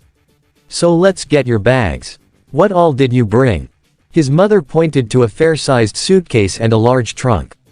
"You made this sound as if you wanted me here a while, so I packed my clothes and my knick-knacks and the albums. A couple of DVDs, and don't tell anyone, but my machete is in the bottom." "Why?" "Just in case. And the albums. Son, when you tell me to come halfway around the world so you can tell me something you can't explain on the phone and say you hope I can stay a while, then it must be about a relationship. How did you even get this to the airport and on the plane?" "I didn't take no for an answer. Now let's find a dolly, and you aren't driving one of those little mini cars, are you?" "No, I checked out something bigger." "Good." Soon they found a dolly and loaded the trunk into the minivan. Panache and Aurelia actually loading it in. As she got in, Taylor's mom noticed the sword and other weaponry inside. "What's all this?" "That belongs to them," William indicated Aurelia and Panache, who then reclaimed their weaponry and buckled in. Making sure his mom was set, Taylor started the van and started the drive back to Yokosuka. Panache broke the ice. "We have wanted to meet you very much, my lady," Panache said with a tone of careful respect. William had told her that his mother was not a big fan of nobility, but respect was a trait that would go far with her. "My lord speaks of you with great love and respect," Aurelia added. Ruth looked at them and then her son and raised an eyebrow and shook her head with a smile. "I ain't never been a lady. As for, my lord, son, you know I'm only holding to one lord, and last time I checked, you don't walk on water." Panache didn't miss a beat. "I call you my lady only in respect. You have raised a wonderful son, and the mother of such a man deserves great respect." "As for, my lord," Aurelia said, William explained the difference between my lord, who has earned noble respect far more than most born to it, and the Lord Christ. "While that is not our way, please believe we mean no disrespect to you or your God." Panache nodded agreement. "Also, as for being termed a lord, in our culture, you see, Aurelia and I are not the only ones who feel that way. The Lady Octavia believed she needed a good, honorable heir to help protect her family. So she, how shall I say it, borrowed your son and declared him her heir." "Wait, what? Didn't she have any kids of her own?" Ruth was puzzled. Her son sighed and answered. "She has 2 sons, Antonius and Marcus, but they're only 7 and 5 years old, and her daughter, Lucilla, is 14. Also, it seems that her father didn't think that her husband was noble enough, so he signed in his will that her heir couldn't be one of her husband's children, or on her death, his estates will pass to the family of his cousin. So yeah, I kind of picked up an extra mother. She and I are going to have a talk, I see," she chuckled. "We never discussed a lease agreement." Taylor relaxed inside just a little. His mother was making jokes. This was a good sign. Panache smirked a little. "Shall the rest of us negotiate a lease, my lady?" "Call me Ruth," she replied. "And what do you mean, we?" "Uh-oh," Taylor thought. "Here it comes." Panache didn't hesitate. In accordance with the different laws, customs, and traditions of our peoples, I, Aurelia, Lady Aenair of the High Elves, and Naiu of the Uile, all seek your son's hand in marriage. We would all ask your blessing. All of you. Yes, you see, while under the laws of my people, Aurelia, Aenair, and Naiu cannot legally become his wife, the term, concubine, is not a shameful thing in as long as a husband, or wife, for that matter, can support them and their children properly, then one may claim any number of companions, provided the existing spouse consents. And your son has now become very wealthy. How much is very? Ruth asked, trying to get a handle on all this.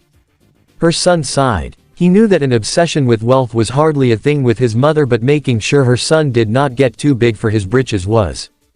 I checked the location of the Octavus lands on a map. Ah, it's roughly the size of the state of Connecticut. His mother's eyes went wide. Oh. Kay, she then looked at Aurelia. So the 5 of you seriously intend to live in the same house and all that? How well does that work? I mean, I'm not against anybody's race, but... Aurelia smiled. Quite well, actually my father is Lady Octavia's husband. There really aren't many males of our kind, so many of us actually prefer human men. Ruth quirked her head, studying the bunny girl and Panache. Both had been polite and neither had tried to put on airs. Panache actually reminded her a bit of herself in some ways, and Aurelia was actually quite pretty. Son. Yes, Mom. I always used to have a fondness for fresh rabbit back when I was growing up. I never figured you'd develop a taste for the whole rabbit, she laughed. So. Son, you mean to tell me, you're planning to live in a foreign country with more than one wife, some of whom aren't even human, and have kids, right? Yes, Mom. And they aren't Christian, and you'll be running a small state. That's about the size of it. William, your Uncle Bill would have 3 kinds of fits and probably have a heart attack. She got a sly look. Can I tell him? Oh, crap, was all Taylor could think. So, you're telling us that the only way to cure this disease is by using the Rorudo pears? Centurion asked the elder of Crete Village. Yes, Sir Prime, answered the elder. It is a healing plant, that leaves and fruits were capable of fighting the disease. Where we can find this Rorudo plant? Asked Centurion. In the nearby ruins of Arun Kingdom, answered the elder. Within the medical gardens, there were grown numerous Rorudo pears. However, it's also home for several monsters, like cockatrices and minotaurs. And what about those zombies? Asked Centurion. Are they also roamed in there as well? Yes, Sir Prime, answered the elder. In fact, that's where they've all came from. Then that's where the source of this disease is located, said Centurion. Don't worry, my team of ghosts and Rory Mercury will go there and get those pears, as well eliminate the source of this disease once and for all. As the drive back to Yokosuka continued, Panache relaxed somewhat. Lady Ruth had a wicked sense of humor and an open mind, and she had the feeling that had they met as children together, they would have been sword sisters. So, Ruth asked, how did the 2 of you meet my son? Panache flushed a little at the memory of her first encounter with William Taylor, but Aurelia only smiled. I am a retainer assigned to Lady Octavia by my father, Legate Germanicus. I was assigned to protect my younger sister and brothers. So we were all in Tokyo when Lady Octavia arranged our surrender. My lord was assigned to help see to our welfare as non-military detainees, I believe the term was. When my lady chose your son as her heir, she commanded that I would receive the honor of protecting her heir. It has not been easy. Oh. Aurelia nodded and retrieved the tooth William had gotten for his mother. This is a gift for you that your son took from the remains of an ancient aquadrico. Ruth stared at the tooth. And how big was this thing? She asked her son. Just under 300 feet tall. At least you kept him from being eaten. So good job. Thank you, my lady. Ruth, she corrected. Thank you, Ruth. No, thank you. She looked again at Panache. And how did you meet my son? She had a very compelling pickup line, Mom, Taylor said mildly. Oh, she first treated me as an enemy. However, after we took a little trip to our world, she's practically fell in love with me. Guess you might say, it's a strange twist of fate for us, first enemies, then friends, now lovers, and there's nothing we can do about it. No, I guess not. Ruth grinned approvingly at Panache. So, you're planning on getting married? Yes, Panache answered. As soon as the peace is signed, something we all hope will happen soon. That's fine. So what kind of ceremony were you going to have? We really hadn't had the chance to talk about it, but for our people, a priest or priestess normally presides. I would actually like a fastening. Panache noticed the curious look Ruth gave her.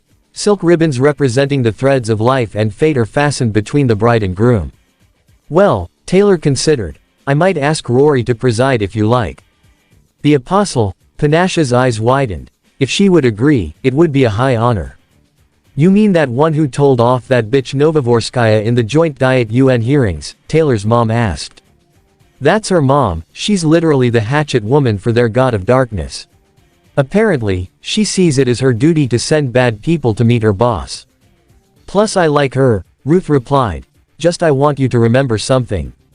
Yes, Mom. I better not hear anyone vowing to obey, love, honor, and cherish.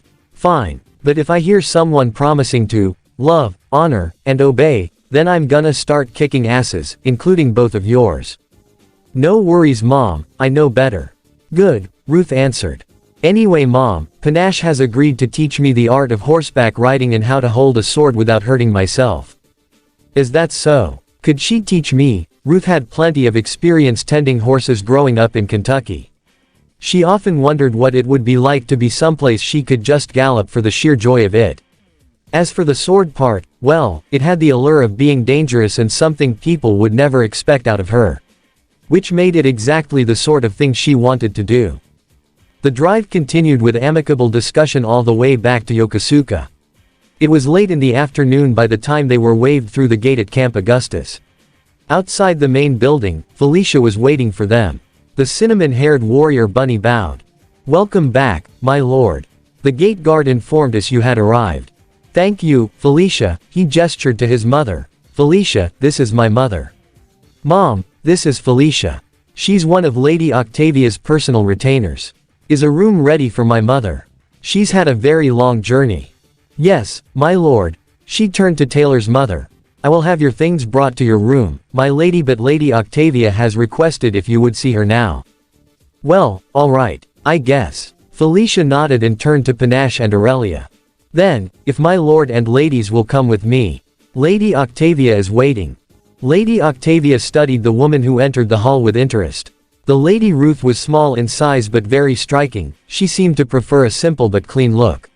She did not carry the attitude of someone who felt the need to impress others, but at the same time, she would not allow herself to be intimidated. While she might claim to be of common stock, she was most uncommon. Octavia allowed herself a small smile. Welcome, Lady Ruth, Octavia greeted. I am Octavia. She gestured to an open seat at the table next to her. Won't you join us? I've been looking forward to meeting you. We have many things to discuss. Ruth sized up the other woman, all and lean but with arms and hands that spoke of someone used to doing work. She was used to being in charge but didn't strike Ruth as conceited. It was a pleasant subversion of her classically held opinions of nobility as a bunch of pompous, arrogant, and lazy cretins who enjoyed power without either earning or respecting it. But then, Ruth had found that Panache was the daughter of a baron, and still Ruth found her an admirably strong person of character and ability. Their shared interest in horses was one of a number of things they could relate on. Thank you, she said, taking the offered chair. Of course Ruth is fine. I'm no lady. Octavia smirked. Neither am I, but they call me that anyway. She looked up at Felicia. Please have some food brought in for Lady Ruth and some coffee. Strong and black, she asked her guest of honor. Please. Yes, my lady, Felicia curtsied as Octavia motioned for Ruth to take the seat next to her. Lady Octavia gave her husband a mild look and glanced to the door. Honey, she spoke. Why don't you and William take a walk before dinner? I will have Aurelia get you when dinner is ready. The legate nodded and clapped a hand on William's shoulder. Now, son, you can tell me about how you fought the Aquadrico, while the womenfolk plot world domination. Plot it, sir. I think they've already achieved it. All the more reason to accede to their wishes. Trust me, Octavia, and your mother, if I am to judge her correctly, will let us know when we are needed, and not a moment sooner. I suppose that's true. The two men walked out to the courtyard. Germanicus favoring his right leg just slightly. Your world is full of wonders, son. Your healers did amazing work healing my wounds. I guess centuries of finding better ways to take bodies apart has given us some incentive to do better at putting them back together. I suppose that's true. We never stood a chance, did we? He asked, frowning at the ground. No. In other places, you might have had more initial success, but even in the undeveloped countries, sooner or later, one of the big powers would have stepped in. Even in the worst armpit hole of a country that no one likes, eventually someone would have stepped in and crushed your army because we couldn't allow anything like the Empire to even think it had a chance of going any further. A lot of things are going to change in my world. I'm not sure it will have a place for an old soldier like me. He faced Taylor squarely. At least my wife has an eye for the future. I trust you will look out for our family. To the best of my ability, Taylor promised, but I wouldn't hang up my sword just yet if I were you, sir. The Empire will still need an army, one that its people have the skills to support and maintain. And that army will need good, professional officers. He paused, recalling a detail intelligence learned after the first battle at Alnus. It was Legate Titian who commanded the Empire's forces at First Alnus. We know you put him in command of your reserves at the gate. Yes, he was a good soldier. And in some regards, your protege. He served with me from the days when I was a centurion and he was a fresh optio and my second in command. It is fair to say, we learned side by side, the arts of war. We estimate he had 85,000 men and lacking support. If the main army under Senator Godison had been under Titian's command, we might not have done so well getting in. Germanicus pictured Titian in his mind's eye, working his men. Dealing with Godison. My friend, a good man lost to foolishness. Your army will need to be an army of professionals now more than ever. I think now, it will be inevitable that when they learn of the losses the Empire has taken, others will try to take advantage of the situation. I'd say it's certain the Empire will be at war again, probably soon. And when that time comes, the Empire will need you. Perhaps. But forgetting that you are my wife's heir, why would the enemy wish for the Empire to have a viable army? Well, not to fight us, of course, but the Empire controls a huge area of land and millions of people. When countries die, they leave a lot of misery and chaos in the wreckage. What our governments will want after this war is over will be trade and stability. One empire is a lot easier to deal with than 10,000 warlords struggling for power and control. Point taken. Germanicus smiled. So you and Aurelia actually killed the Aquadrico? He asked, changing the subject. Well, there were a couple of apostles involved, but one was on our side, so I guess it all evens out. Meanwhile, in the main hall, Lady Octavia ordered Libium served as she introduced Ruth to those gathered. She smiled as Ruth studied her plate with curiosity. Libium is our version of cheesecake. It's quite good with warm honey, although I must admit I have developed a fondness for your American cheesecake. I believe William said that you like strawberry cheesecake. I've developed a liking for it myself. Now and again, I indulge a little, Ruth admitted. As she looked around, she was a bit surprised she actually found herself interested in and even enjoying the company around her. She supposed it was because Octavia and her other guests lacked the pretentiousness she always imagined in nobility. She sampled a bite of the Libium. This is pretty good. I'll bet William has never tried it though. Octavia quirked a smile. Oh, what makes you say that? He's never been one to try new things. Give him a choice between something familiar and trying something new, he'll always pick the one he's familiar with. Actually, Octavia smirked. I must admit I mouse-trapped him into trying it. You've raised him to be very polite, after all, so I had Lucilla serve him Libium she made herself. He couldn't stand to disappoint her. How did he take it? Ruth asked. Like all small boys when they are confronted with something they really don't want to do, Octavia told her with humor in her tones. Sounds about right, Ruth admitted, smiling at the two little boys happily playing under the watchful eye of their sister. He just wasn't going to disappoint his sister. I wish I could say that was my experience raising him and his brother and sister. Of course, being the youngest child, he simply just didn't fit in their social circles. Did you ever consider having any more children? Ruth scowled. My husband decided that 3 was enough, so he got his tubes cut. She made a motion of scissors. Frowning a moment at some of the confused looks she was getting, she paused. Gesturing downward, she considered how to explain. It's called a vasectomy. Basically, he can still Run up the flagpole, but his little soldiers are going into battle unarmed. She sighed, rephrasing. He couldn't produce any more heirs. She raised a finger in bitter memory, and then he called and told my mother, your daughter can't have kids anymore. Several faces flushed in anger that a husband would be that cold. Nayu cast a worried glance to her mother and grandmother, one which did not go unnoticed. He's heard that story and he had the same look on his face as most everyone here. I raised him better than to pull shit like that, Ruth told them. Have you considered remarrying? Octavia asked. I'm not the kind to go looking at my age. Besides, I'm free. Aside from my children, leaving me was the best thing that man ever did, she said matter-of-factly. Maybe you just need a husband who has already been broken in. How broken? Ruth replied in the same mischievous tone as her host. After a few minutes of discussion, Nayu turned and asked a question that Panache, Aurelia, and Ainair were also all curious about. Did William have many girlfriends? No, only 2, 1.5 really. The first one was more of a one-way thing. The girl definitely had a fixation. The other one, he really liked, but she made a different choice. I can't believe there weren't more girls than that, Octavia replied. I've seen some of my own ladies in waiting looking at him. Oh, there were a few when he was in high school that were looking his way. He just never noticed. I think he thought the pretty girls wouldn't want anything to do with him, so he just never looked. She turned to Panache. I guess it just goes to show you that sometimes hitting him over the head just might have been the best strategy. Octavia laughed and then waved in apology. I'm sorry, but that sounds so much like Germanicus when he was young. So very serious. And yet shy around women. It helped that Vidilia was as interested as I was. She made an excellent accomplice. I'd like to meet her, Ruth told her. We would like that as well, Octavia replied sincerely. But tell me, although we are most grateful for the results, but how is it that a woman like yourself ended up marrying such a child? Well, Ruth considered. I come from a place called Kentucky.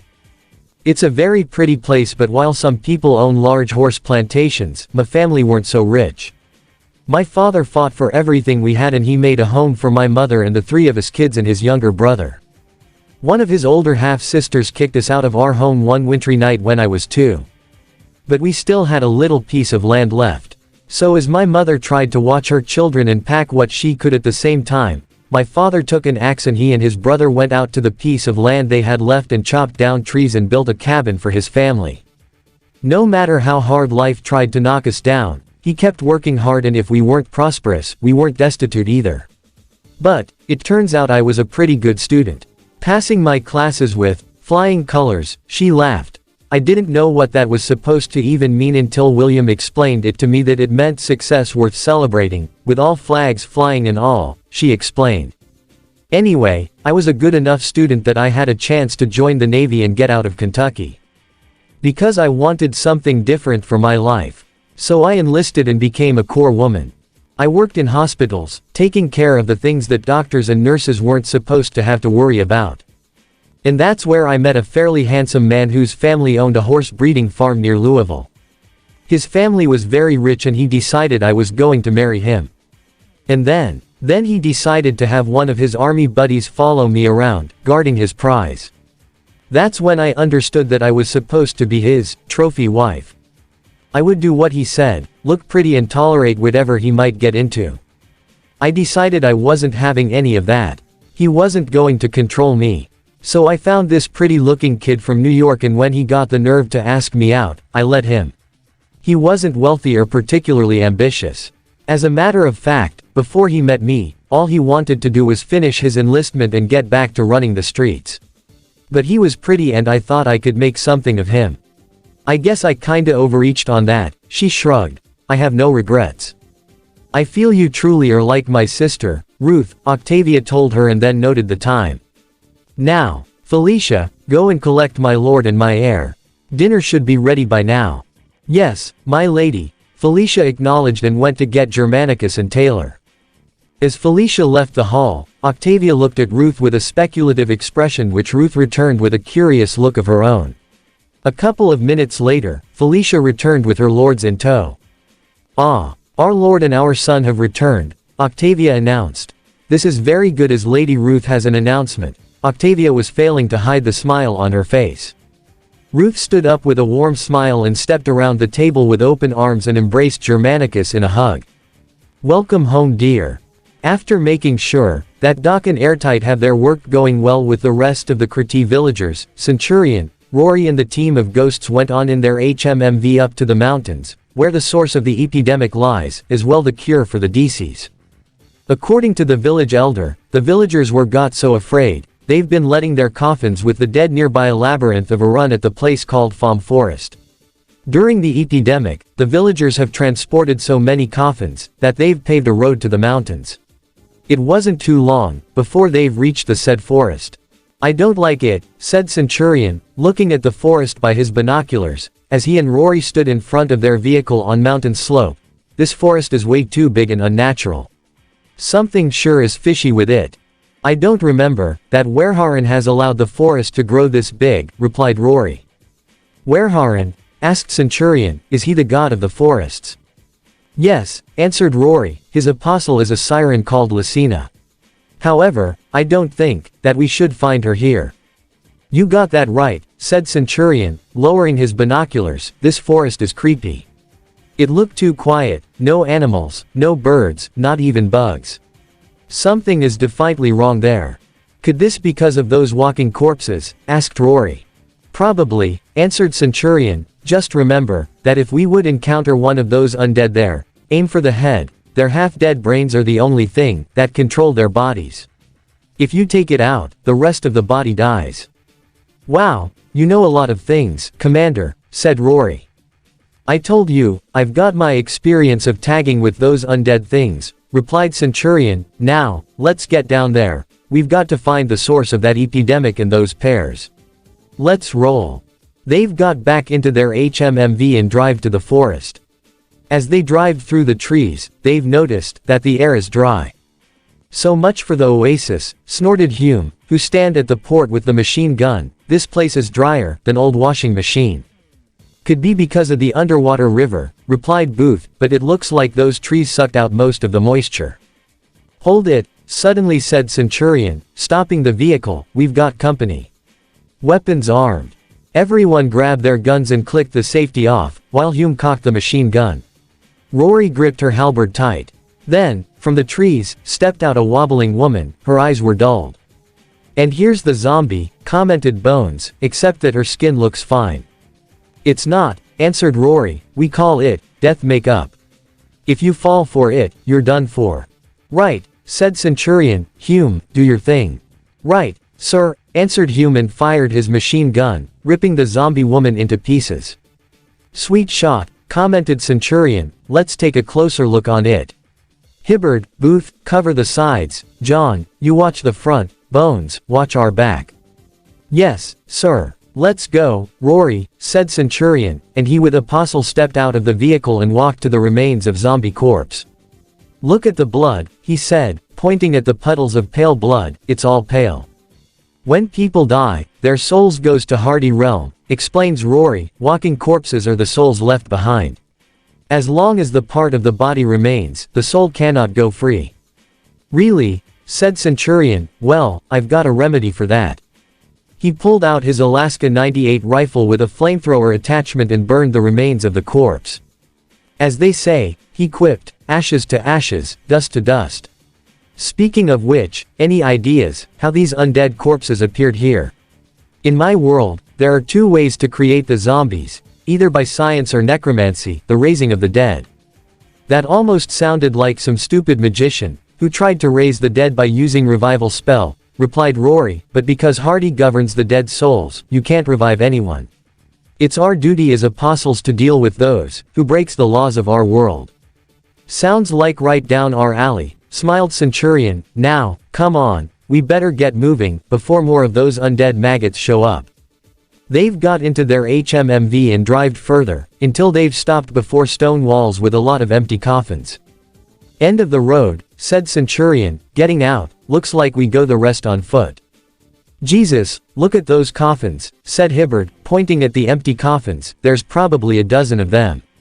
"I've counted 100, replied Booth. "So we can assume that there must be at least 100 of those dead guys there, summarized Centurion. However, what worries me, is that the labyrinth could be also inhabited with monsters, like cockatrices or minotaurs. Great, snorted Hume, welcome to Theseus' adventure with the minotaur. Except this one might be undead minotaur, replied Bones. This tree, said Rory, touching the nearby tree, it sucked up a lot of water. This must be the reason why this forest is so big. Except that it's not the actual forest, replied Centurion. Bones, can you use the drone to check on the situation from above? We need to know where we should go. Right, sir, answered Bones, then took out a drone and thrown it into the air. It buzzed and flied upward. Visual coming on live and clear on our cross-comm, sir, said Bones, we should be able to see which way we should go. Soon, they saw a huge area with numerous trees and mazes. In the center, stood what appeared to be a palace with the huge tree growing right in the middle of it. That palace is our main objective, said Centurion, we need to get there. Sir, this maze is real huge, said Hibbard, it'll take us weeks to pass it. Maybe we should call the Tomahawk from the village to fly closer to that palace, said Booth. Negative, we can't fly there with all those monsters running around, answered Centurion, plus, there's no telling of what might happen, if we get closer to that tree over there.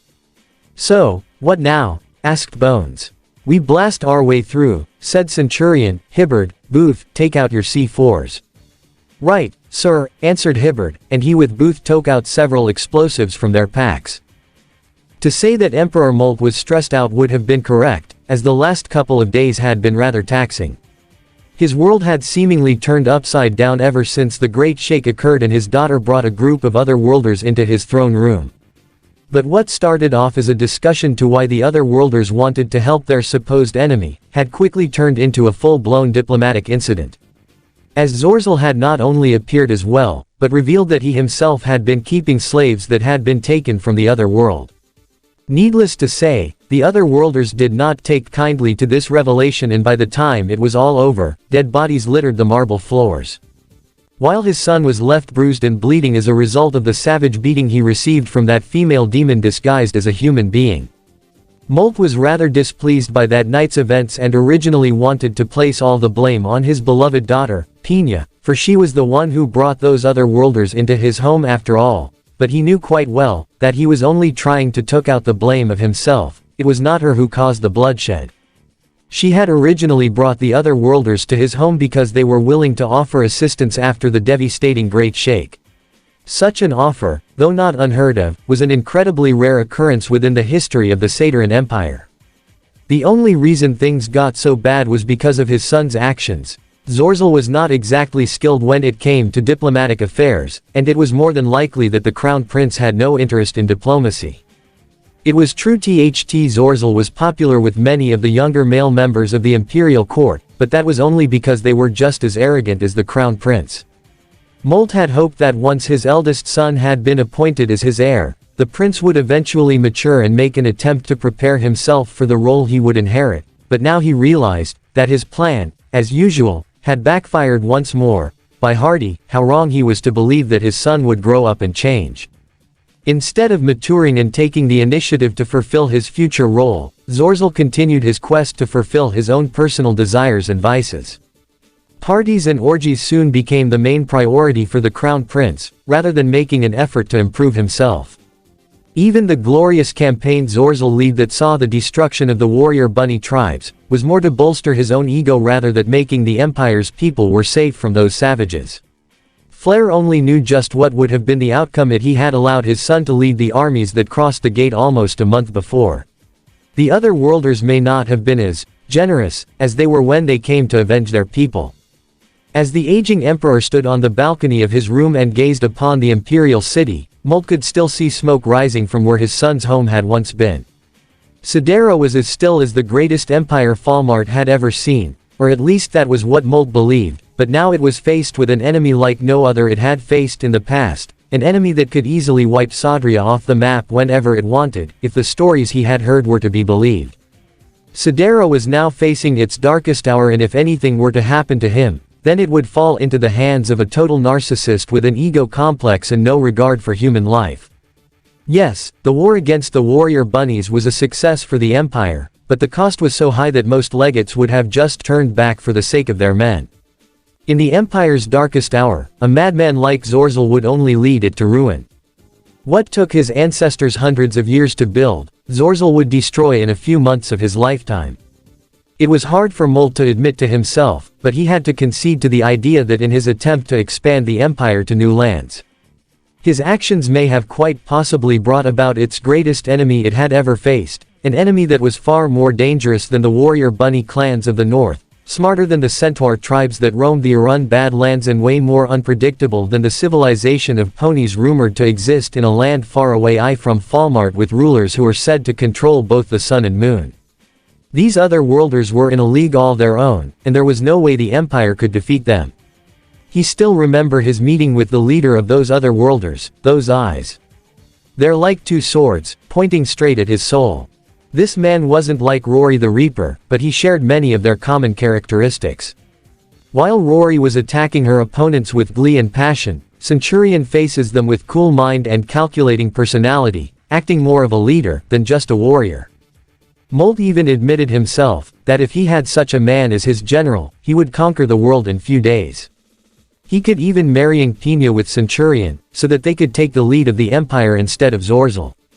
But alas, there's nothing he could do now to change what's already has happened. And he also realized that Centurion was right all alone about Zorzel. Having an idiot and a madman like him run the Empire is like setting the whole city on fire and happens that it will warm up the people during the winter. Molt knew that it was his fault alone, that the Empire was in danger of collapse, and he knew that the gods' wrath were fully upon him and the Empire. Therefore, he faces with one last option he have. If the Empire was to survive in some form, then the new heir would have to be someone more competent enough to lead it out of the darkness and into the light, someone who is not Zorzel. He was only hoped that he's not too late to amend that mistake, and perhaps this last step he make as an emperor will finally rectify everything wrong he's done from the start of this useless war. Otherwise, this last mistake will bury what's left of the Empire, leaving no trace of its existence. May the gods help him in his last step he's gonna make. After several of blastings, Centurion's team were got through the walls of Labyrinth. "You sure making a lot of noises, Centurion," said Rory. "Are you sure that those walking corpses aren't attracting to the loud sounds you make?" "Come to think about it," said Hibbard, "I didn't see much of them since we've took out that first undead." "Yeah, but there's a lot of those coffins outside," said Booth, "so that means they've got themselves quite an army." "Not only that," said Rory, "there should be a cockatrice nearby." "One crisis at the time," said Centurion. "Bones, how far we're from the main building?" "About 2 clicks from our current position, sir," answered Bones. "All right, let's get moving," said Centurion. "Hibbard, Booth, are you done with those explosives?" "All set, sir," answered Hibbard. "Get clear." The ghosts, Rory and Centurion hid behind the wall. "Fire in the hole." Another explosion has blasted a hole in the wall. Centurion then carefully peeked through the hole. "Looks clear," he said, "let's go." But as the rest of the team joined him on the other side of the wall, he heard several noises. "Uh-oh, looks like I've spoke too soon," he said, aiming his rifle. "Get ready, here they come." Then, from behind the corner, entered a horde of undead women. "Fire at will," ordered Centurion, as the team fired their weapons, hitting the zombies. Rory jumped in front, hitting them with her halberd. "Hibbard, Booth," barked Centurion, "light 'em up." "Yes, sir," answered Hibbard. Both he and Booth fired their shoulder rocket launchers, destroying several of zombies. Then Centurion fired his flamethrower attachment and burned the rest of them. "Ah," snorted Hume, "this stinks." "That doesn't smell like a burned flesh," noted Booth. Suddenly, they've heard some strange sound. "It's the cockatrice," recognized Rory. "His breath is deadly poisonous," said Centurion. "Everyone, switch your helmets into CBRN mode." All ghosts and Centurion switched their helmets into full airtight mode, thus preventing them from being affected by poisonous gases. "All right, listen up," said Centurion. "Here's how we deal with that mutated chicken. Hibbard, Booth, I want you to distract that monster, so that Rory and I get closer to him and attack his head. John, you use your sniper rifle to cover us, while Bones hit it with his shoulder launcher." "Right, sir," said Bones. Rory, are you ready? Asked Centurion. More than ever, grinned Apostle, let's do it. Soon, a giant cockatrice appeared, spewing poison from its beak. Both Hibbert and Booth fired their guns at the monster, distracting its attention. Over here, UKFC Nightmare, yelled Bones, firing his rocket launcher, try these on for size. The rockets hit Cockatrice's side, making him screech with anger, spewing his poisonous breath anywhere. Then, Hume fired his rifle, hitting the head of the monster. Rory, go for the head, yelled Centurion, throwing Rory up in the air. Right, yelled Rory, swinging her halberd and decapitating the cockatrice. The cockatrice fell on the ground. The ghosts then gathered nearby the dead body of the monster. Wow, said Booth, now that's one hell of a rooster. Hell is right, replied Hibbert, look at the size of that thing. It's blood, said Rory, looking at the cockatrice's blood, it's same pale as the walking corpses. Hey, said John, looking inside, there's a lot of half-eaten corpses inside. Which explains why the cockatrice was so weird, said Bones, he was a zombie too. He must have got infected when he eaten those corpses, said Centurion, well, never mind him, we better move, we're still far from our objective. This is strange, said Rory, was this place used just for medical herbs? Whoa, wait a minute, said Hibbert, or you're saying that there's might be more than some pairs inside that building.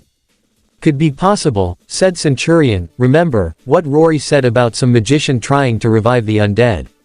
What if someone has deliberately tried to combine magic with healing herbs, thus creating that huge tree over there? Hey, hold the phone, sir, said Booth, or you're saying that this whole plague was been caused by some nut trying to play the god. It's quite possible, answered Centurion, but right now, we better get moving, remember that there's more than just cockatrices in this maze. Oh yeah, snorted Hume, the undead Minotaur, I'll bet. Now I know how Theseus felt when he was on the Crete island. As they walked into the last stretch to the building, they saw a road with many holes. I don't like this, said Hibbert, it looks like a minefield. Probably, you're right, said Centurion, Rory, hand me your halberd. Muttered confused Rory, handing him her halberd, okay. But what for, Commander? To see if I'm right, answered Centurion, poking the ground with the halberd. Then, he hit the ground, and the stones below crumbled. I was right, said Centurion, returning halberd to Rory, those pits are traps, like a minefield. Several of them are so weak, a man stepped on them would fell bellow. Sir, I don't think we can make it through this whole road, said Bones, it's practically impossible. Then perhaps there's another way, said Centurion, Bones, send your drone into one of those holes, let's see what's below. Right, sir, answered Bones. His drone then lowered below the ground, switching his camera to night vision. It's some kind of a corridor, said Bones, with numerous tunnels. Wait, what's that? It looks like some hoof prints, said Hume. The Minotaur, said Rory, he must be there too. Well, said Centurion, our chances with that bull are much better than what's up here. Let's get down there. Down there, whined Rory, but Commander. I know, answered Centurion, patting her on the head, you hate underground because of Hardy. But don't worry, you've got us to guard you. Okay, smiled Rory, let's go. After nearly causing the respected legate to have a heart attack, Ruth sat back down next to Octavia, the two women quite satisfied with their mischief. Germanicus, ruefully laughing at how the pair had caught him so completely unprepared. He could only be thankful that Vidilia was back home. The last thing he needed was to have three of them working together. He took his seat on his wife's other side, while Taylor took the empty chair between his mother and Panache. So, Mom, what do you think? I think I'm going to like it here. She shrugged. That apartment is a bit boring, after all. Not enough for me to get into. Your brother and I haven't spoken since he stormed out. I haven't seen Claire in years, and to hear her say that she didn't consider your brother as her daddy hurt. As much as I think Brian needs to get himself together, I know how much he loves that girl. Ruth sighed. And your sister has her hands full with Jonathan, and now with Rachel and Casey, and now Rebecca too. But she and I just don't seem to be able to meet halfway. I'd love for them to visit, but I'm not going to be able to live up there. So that doesn't leave many choices. On the other hand, she smiled over at Galador. I've got a new grandson to get to know, 2 boys I'm just dying to be an aunt to, and 4 well-mannered young ladies who want to give me more grandchildren, and I've traded up in the sister department. I need something new in my life. So, if it's all right, I'd be happy to stay. Ruth, Octavia told her, we would be delighted to have you with us. What about when they go back through the gate, Mom?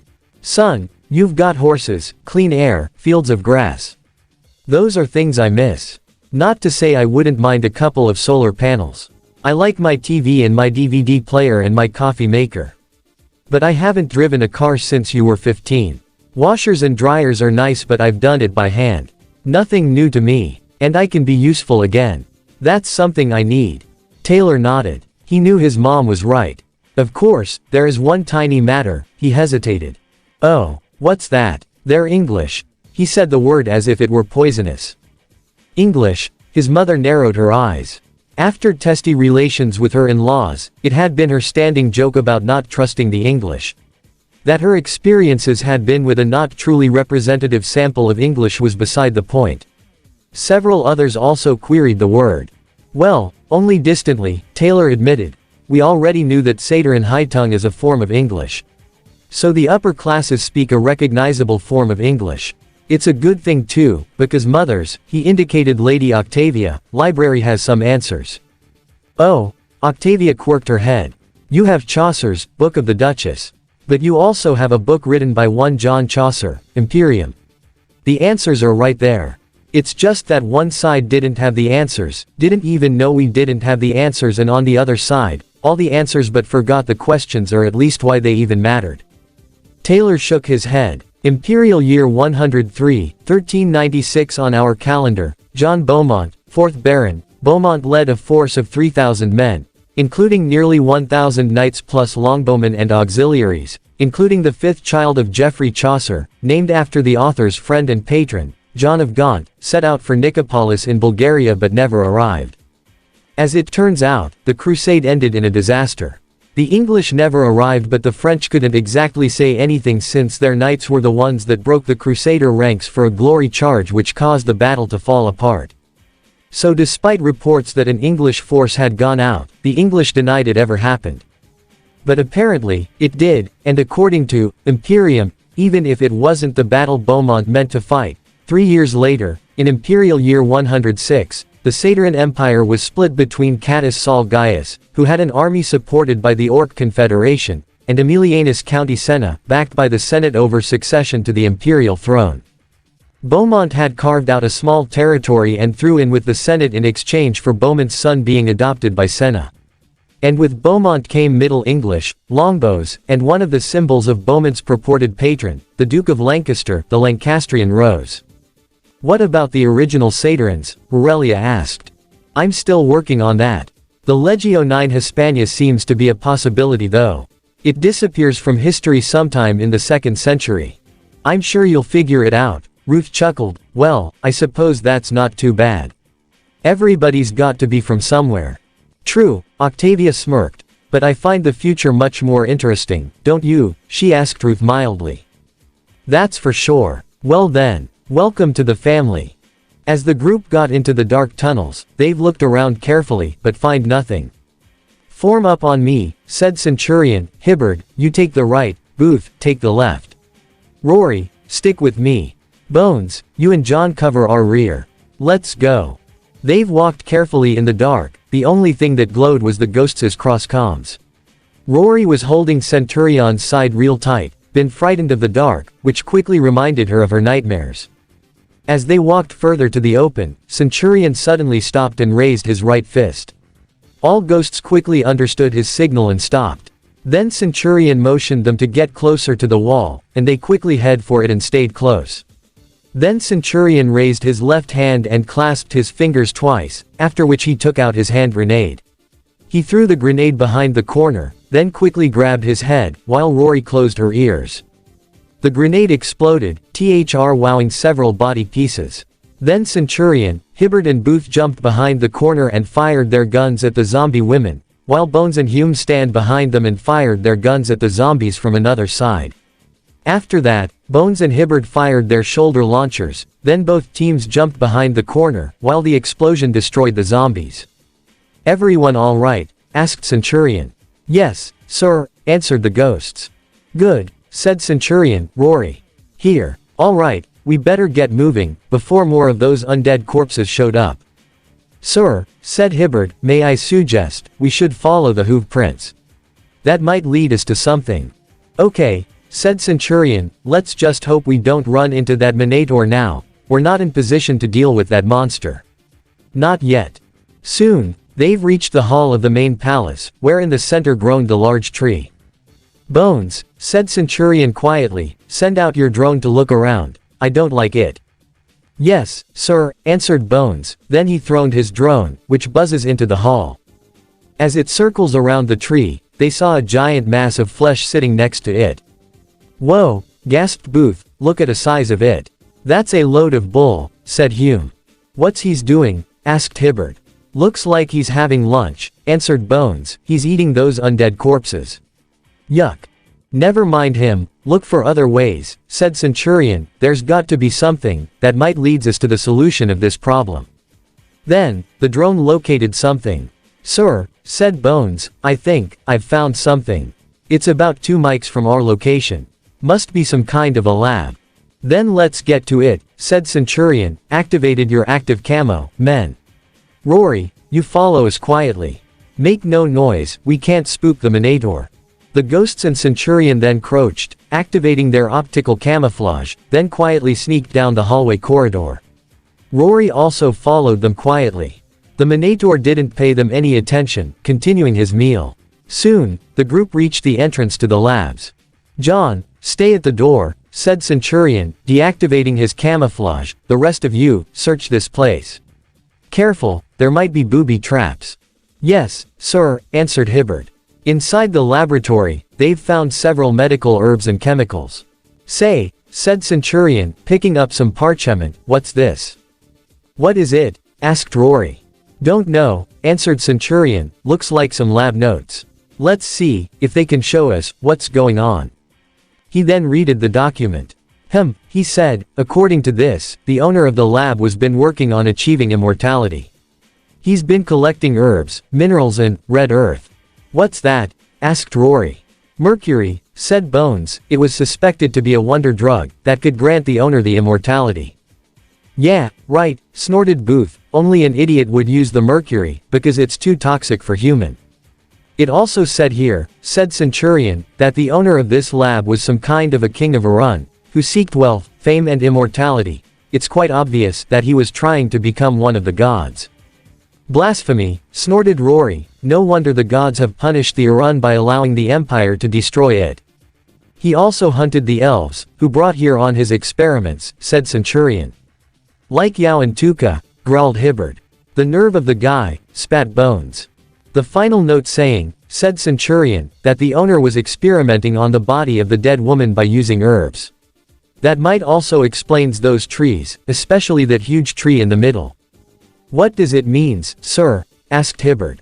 "What he did was," answered Centurion, "is by literally hooked his patient Zero to the roots of the tree, thus connecting the dead corpse with the tree's structure. It absorbed the dead woman's DNA, thus mixing with its seeds. The mutated tree then began to grow. As it grown to that gargantuan size, the seeds were been blown by the wind, thus creating all those trees in the forest. As the time progressed, the seeds became more mutated, thus turning any woman, who breathes them in, into undead corpse.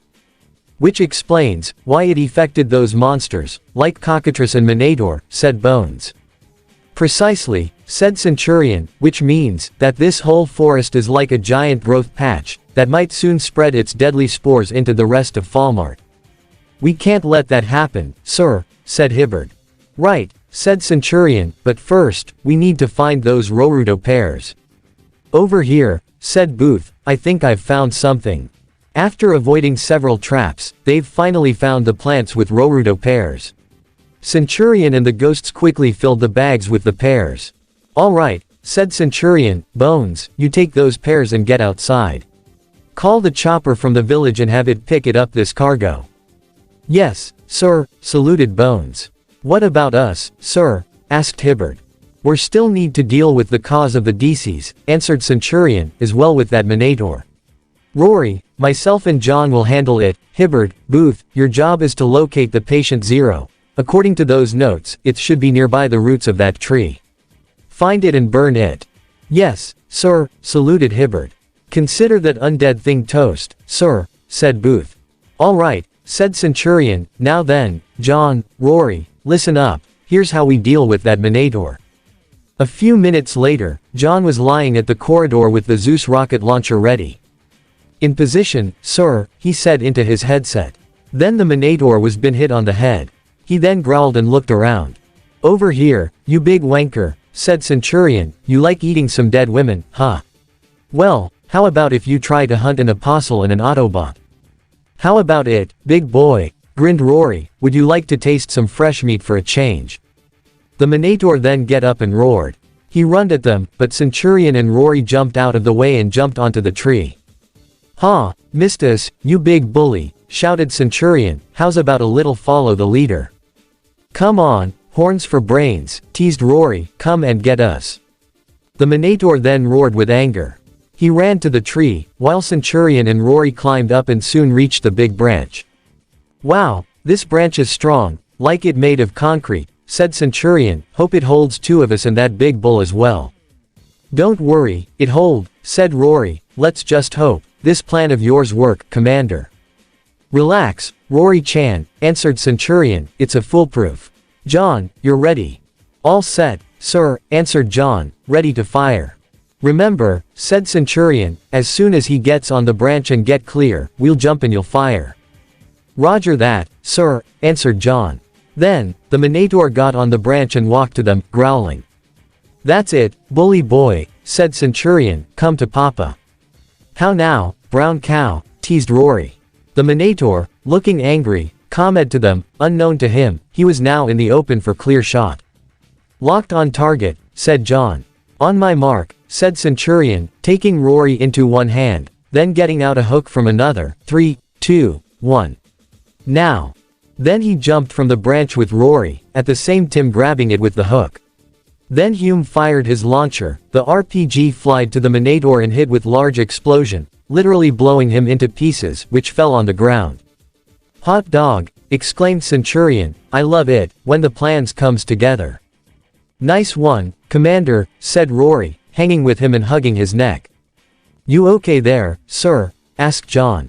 "Just dandy," answered Centurion, simbing back on the branch, "which is more than I can say about that Minotaur. Looks like we made hamburgers out of that bull."